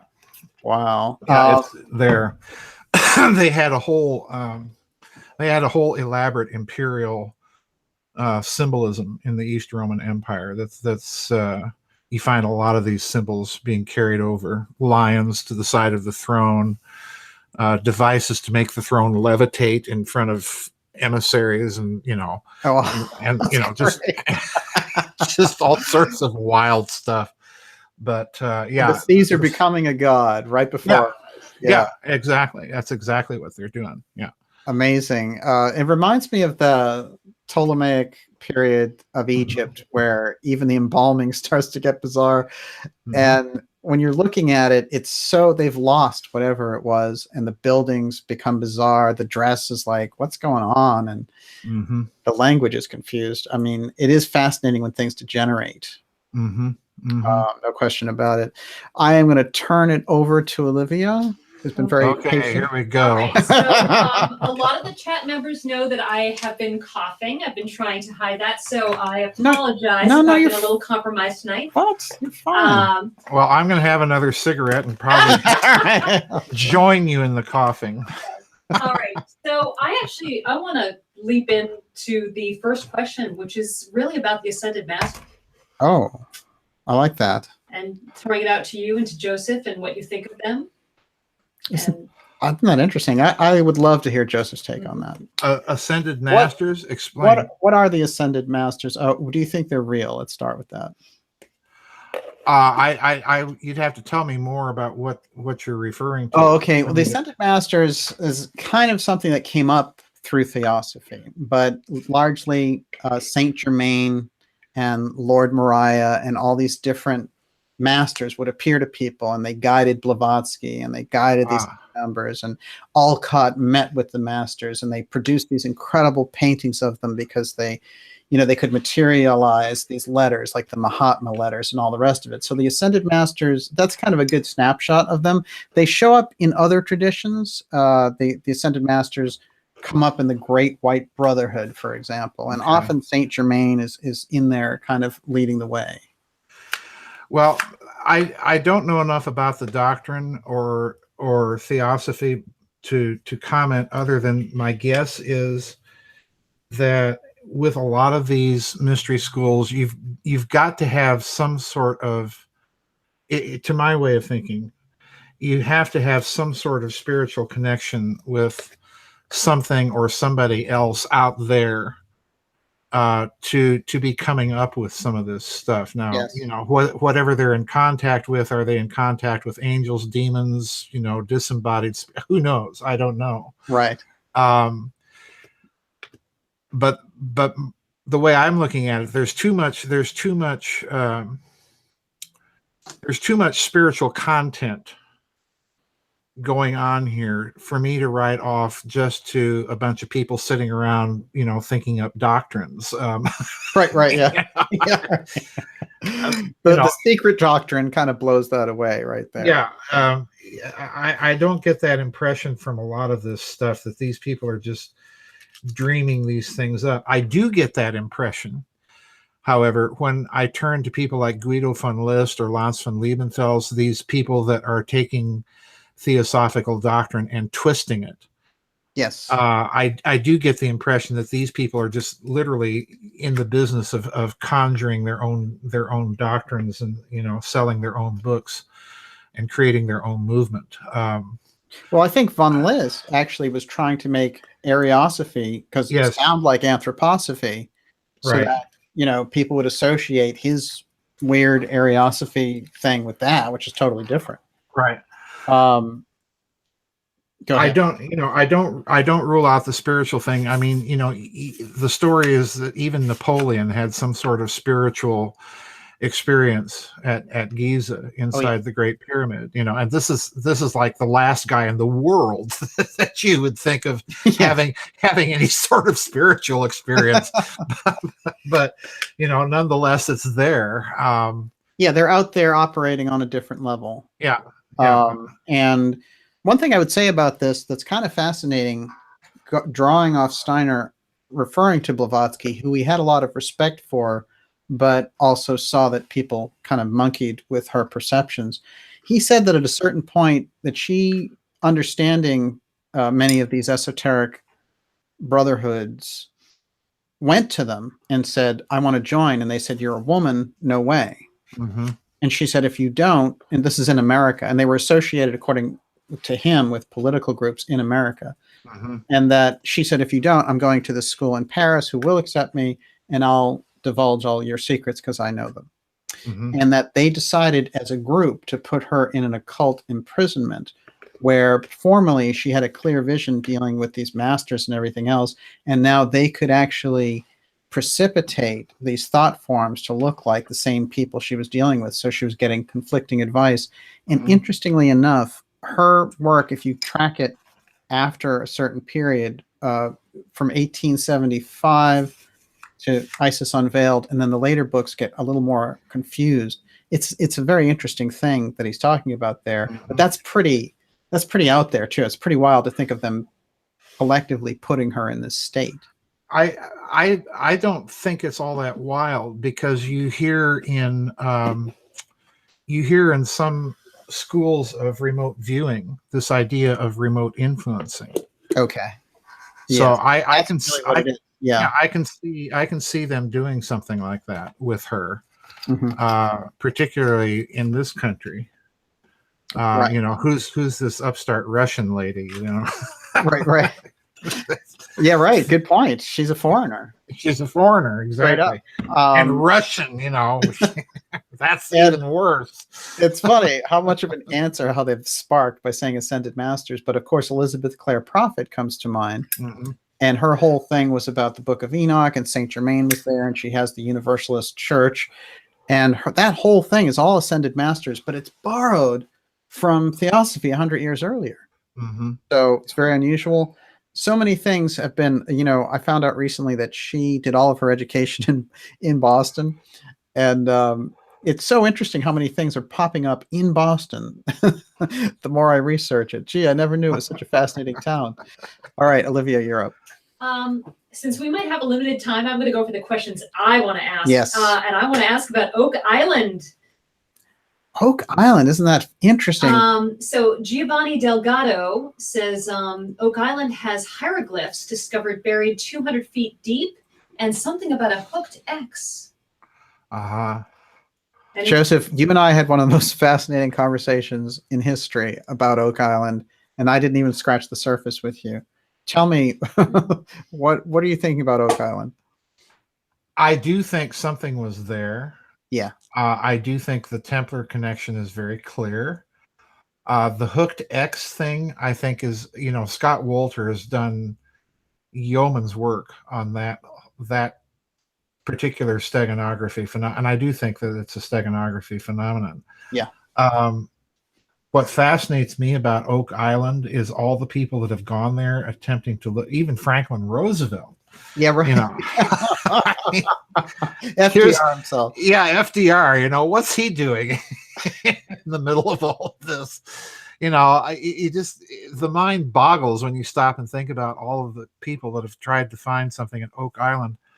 And the more I think about it, Daniel, I think our friend Walter Bosley, who's done a lot of research about what he thinks is a transfer and relocation of some sort of Templar treasure all over the country, beginning on the East Coast and then moved constantly and then eventually ending up in Southern California.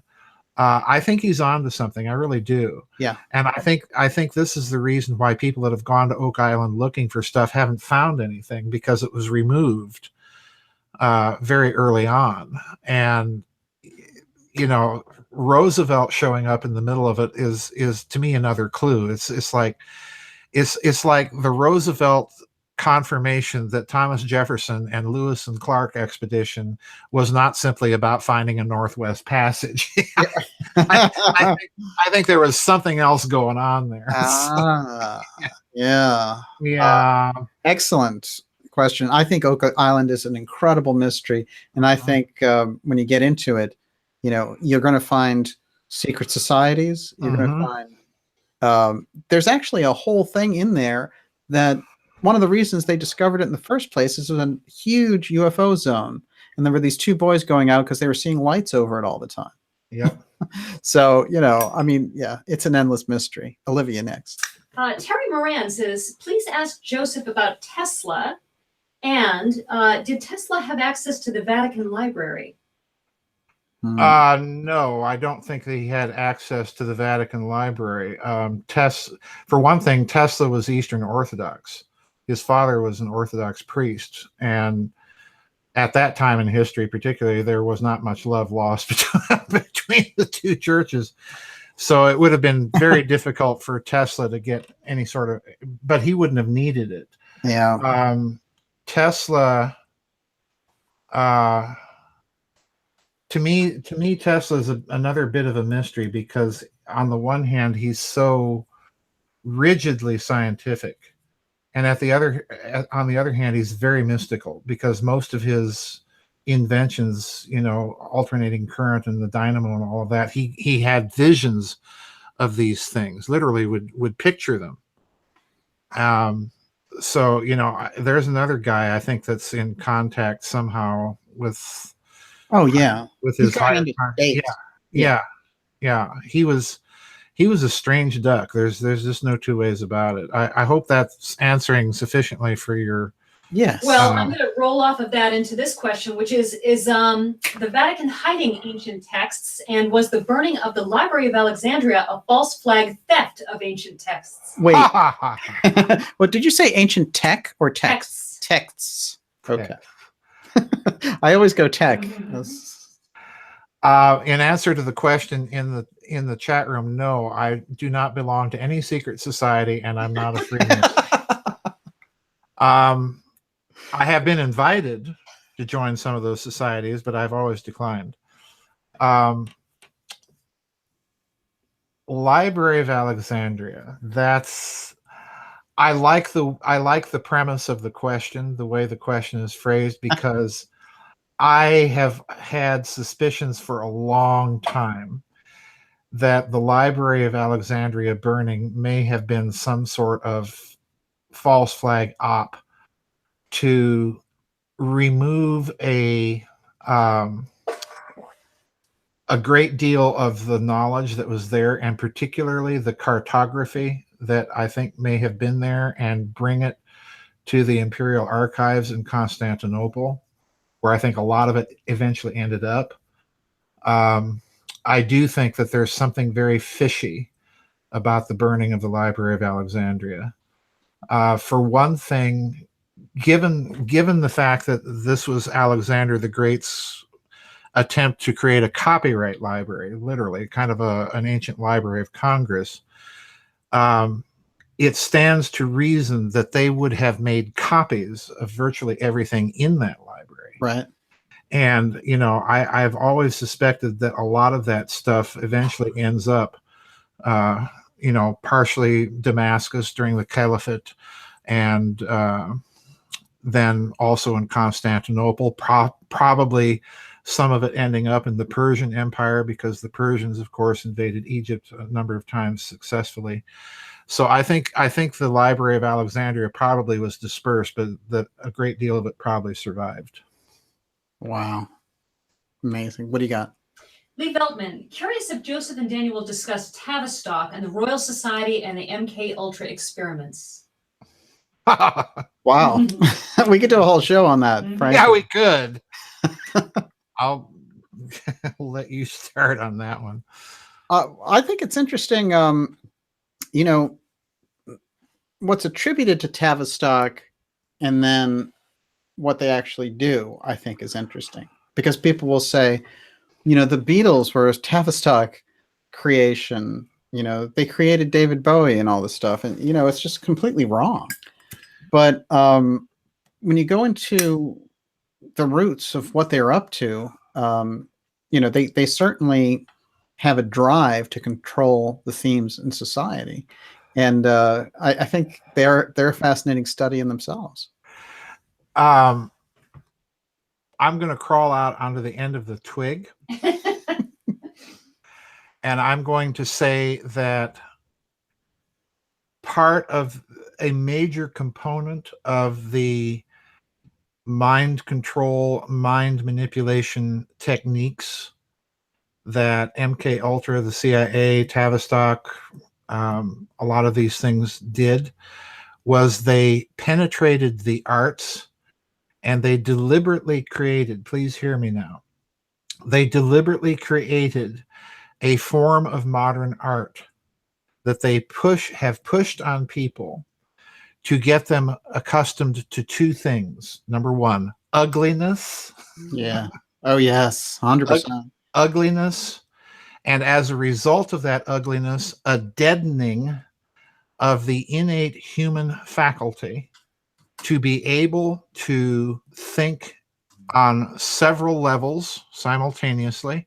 You'll notice modern music is not contrapuntal. It's melody, chords, and boom, boom, boom in the background, which, has returned us to the jungle. They have deliberately pushed in classical music a kind of anti-music with Schoenberg, Alban Berg. You cannot study in the modern university without studying that crap, and I'm going to use that word for it. Right. They've done this as a means of changing the culture and shifting it out of that Renaissance, Hermetic, Christian, and Enlightenment humanism basis of our culture. Well, absolutely. And they've degenerated the culture dramatically. Oh, absolutely. Absolutely. Yeah. Think of the CIA's, kind of gently pushing Jackson Pollock. I wouldn't pay you a penny for a Jackson Pollock painting. It's not Rembrandt. Rembrandt and Pollock don't belong in the same breath. I'm sorry. Well, they inspire a totally different frame of mind, and a totally different culture. I mean, yes. It is just like all these things that came out about gangster rap, which was they wanted to create this whole kind of flap, of the culture at the time, and they wanted to degrade the culture using that. There's no question about it. What I think is fascinating is the real story, which is what you're talking about. So often what I hear in relation to Tavistock and stuff is this nonsense about, it's an interesting thing too, because when you look at how the CIA has invaded Hollywood, for example, Mhm. in shows like Homeland. It's like everyone's a CIA advisor on it. When the CIA shows up, you're in trouble. You're in trouble. Yes, exactly. You cannot write good literature or create good art or compose decent music in committee. Right. It doesn't happen. Right. It doesn't happen. This is a spontaneous action of human creativity. Yeah, exactly. Absolutely. Okay, so CC Jarvis asks, does Dr. Farrell know of the Order of the Black Swan in relation to secret societies and vampires, re the Orphic Circle, and the OBS has been fighting since the mid-15th century? I have not heard of the Black Swan, and tonight's the first time I've heard of the Order of the Orphic Circle, so I'm afraid I'm going to have to beg off and be a dunce on that one. Yeah, and that relates a lot. It's interesting. One thing I'll say about the Orphic Circle, which will be interesting to you, Joseph, is Emma Britton, who was that theosophist that Blavatsky said, well, she's really the best trance medium ever. And I was telling you that story earlier about her being a young girl and them using her almost like a MyLab type situation, or MK Ultra, where they had this whole group of young women that they were using as somnambulist trance channels to get this information. And when she's referring back to them, she says at the end of her life, writing an autobiography, I still can't say who they were because I'm still sworn by the order of that group. And she said, but she identified Bulwer Lytton and a few other people. But she called them, in her own book, she mentions that she referred to them as the Orphic Circle. And it's this kind of, very strange, peculiar London occult group. And people have been trying, over the years to try to figure out exactly who was in this group and what was it all about. And one of the things that she revealed about it, it related not only to state secrets, that was one of the things they went after, but it also related to this kind of trying to conjure these beings. And so whatever they were up to, I think it relates a lot to Bulwer Lytton's literature over the years, but absolutely fascinating. Next. Okay, Cassandra Helwig. Daniel has to explain the good side of secret societies. I honestly don't know much. What do secret societies have in common to aliens, Anunnaki, Elohim? That's funny. Well, how would you say that, Joseph? Secret societies are neither good nor bad, right? Yeah, I view secret societies as a technology. Yes. They can be good or they can be bad. I think you have clearly in history examples of secret societies. Think of Cosimo de' Medici, who's clearly part of something secret, and he's doing a lot of good. You have certainly bad ones. Bavarian Illuminati would be right up there in my list of really bad organizations. But I don't view them as necessarily anything in and of themselves as bad. For the most part, most Freemasons that I know are really not out to overthrow the government or institute communist revolution or that sort of nonsense. Right. But what bothers me is when you become a member of a secret society, there's inevitably the temptation, just because of the secrecy, to assume superior airs to the broad mass of humanity. And that's what bothers me about them. The temptations that they pose, I think, are too much for most people to handle. That's why I stay away from them. I'm not a joiner. Right. I'm not. I think what Steiner referred to is the clash between one group of mystery schools and the other group of mystery schools. That thing taking place in the 19th century gives us a snapshot that it's not one group picture. No, it isn't. I think that there are so many secret societies, and they're constantly struggling with each other, that it gets to be kind of a hall of mirrors type of thing. Right. Perfect description. Yeah. Wow. It doesn't really get us anywhere unless you do some really detailed, in-depth study. That said, there is a history by James Billington, the former Librarian of Congress, that's called Fire in the Minds of Men. And if you want a scholarly examination of secret societies and their revolutionary activity in Europe, that's the book to get a hold of. It's all laid out there in footnoted detail. Wow, that sounds great. Olivia, 2 more questions. I'm around. Okay. Jardin du Luxembourg asks, please ask Dr. Farrell if he can give us a hint about what he considers too dangerous to talk about and why. Good question. The hint of too dangerous to talk about goes to something I talk about a lot in my books and have talked about in my members area, that I call the topological metaphor of the medium.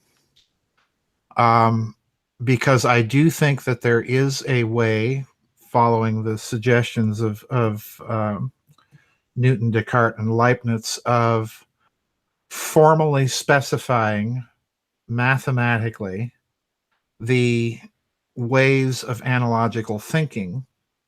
And once that is formally specified, it will also give you a clue, an insight into the differences between apt and inept analogies.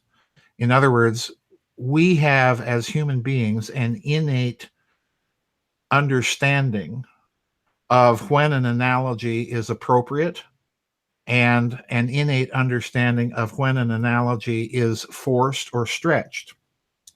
What we do not have thus far is a way of mathematically exhibiting the difference between those two things. If we can get to that point, then you would have the ability to create systems of conscious intention that are not reliant upon grimoires or books of ritual magic or things like that. You would have the conceptual mathematical foundation for those things. If you got to that point, then you're entering very dangerous territory. I hope that helps. Wow, fascinating. Go ahead. I'm going to ask Joseph my question last, which is, Joseph, where do you think evil comes from? Where does evil come from? Yeah. Or the source of acts of evil in men. I think most evil is, first of all evil, all sin is a personal choice. In other words, I don't think evil has existence as a substance or a nature. Most evil is, if you examine it carefully, a personal opposition to something natural. And that, if you look at it very carefully, that ultimately is a form of death. So I view evil as an opposition to the natural order of things. And ultimately, it's I think, going back to the story of the fall, I think it's an attempt of man to be God without God. It's an attempt to say we're running the whole show. And that gets us into the trouble that we're in. Wow, fascinating. Follow-up question? Yes, you can you know what I wanted to do? Actually, I want to request a question. We have Tessa Dick in the audience, and yes, she's a fascinating writer, and of course, she's the ex-wife of Philip Dick. Yes, I actually met Tessa. Oh, you did? About 3 years ago. Yep. Mm-hmm. I wanted to invite her to ask a question while we're here at the end. And I also wanted to say hi. So many great people. We had a fantastic crowd tonight for Dr. Farrell. And I'll tell you, occult priestess is out there. It's nice to see her out there. And we have just so many people out. So if she's there, Tessa, the floor is yours. And if you have one more from the... Well, I mean, I think the thing everybody in the chat, everybody listening is interested in is how do we, I guess, conquer evil within ourselves and within our world? And is it possible? Is it possible to conquer evil within ourselves and the world? I don't think it's possible to conquer evil in ourselves completely in this life. I am a believer in the fall, and that it has had a cosmological effect. Most of our problems, if you look at our politics in the last 2 centuries, our politics has been based on the idea of the perfectibility, be it Marxism or capitalism, or as I like to call it, crony capitalism. But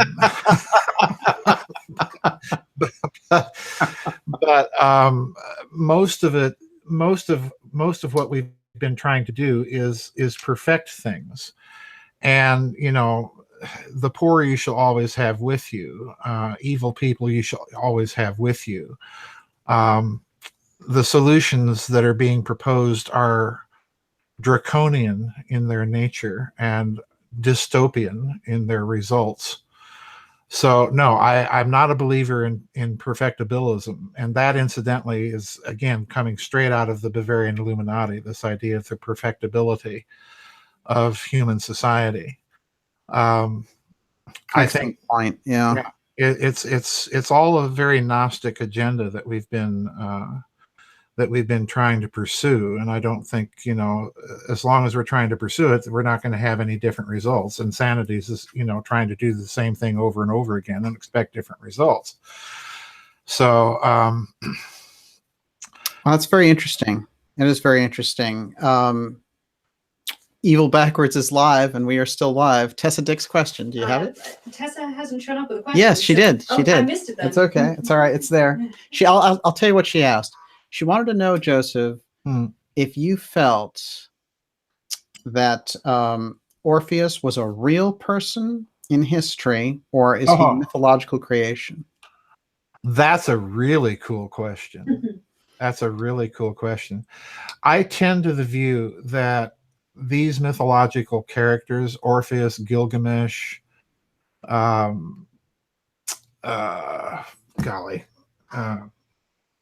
Prometheus. Oh yeah. I tend to think of these people as real people that faced some sort of titanic cosmological problem, and that they have become mythologized, you know, down through history. But I do tend to think of them as real people ultimately, that were involved in something cosmic and cataclysmic. They have had stories told about them, like we tend to tell stories about Abraham Lincoln or whoever, you know, that tends to be a big figure in our recent history. I view them very much that way. Wow, absolutely. It's almost like a William Wallace type thing where there's the actual person and the legend grows up around them, but certainly it started with the core. Right. Excellent question. Fantastic. It's great to have everyone here. Dr. Farrell's website is gizadeathstar.com. And Joseph, it's been great having you here to go over. Thanks for having me on. Yeah, amazing and great to see you. And I'm glad the flu is gone. You look great and you're back and better than ever. It's gone, thank goodness, man. And thank you everyone for joining us. It's been a great crowd. You asked great questions. Next week it is the X series part 8, and it's going to be very special, and I hope everyone does join us. And I do want to recommend Dr. Farrell's latest book, which is Hess and Antarctica. It's actually called Hess and the Penguins, but that's what he's talking about. And it's an incredible work. And our interview on that we've recorded, and I'm going to actually put that out later this month. Things have been incredibly crazy, but that interview on his book is fascinating. So look forward to that. And definitely go ahead and get the book. I also want to mention that Joseph did an incredible first quarter wrap up with Catherine Austin Fitz at Solari. And that's something which I think is really, you just go into all these different angles. So absolutely fascinating. Highly recommend that. And hopefully we'll have you back here soon. All right. Thanks for having me on, Daniel. Have a great night. Yep. You too. Bye-bye. Thank you, everyone. And Olivia, excellent job. Thank you, everybody. Nicely done. We'll see you next week for sure. What's on the menu? I think ice cream again. Ice cream is good. Ice cream is good. Mint Thank you, chip. everyone. Have a great night.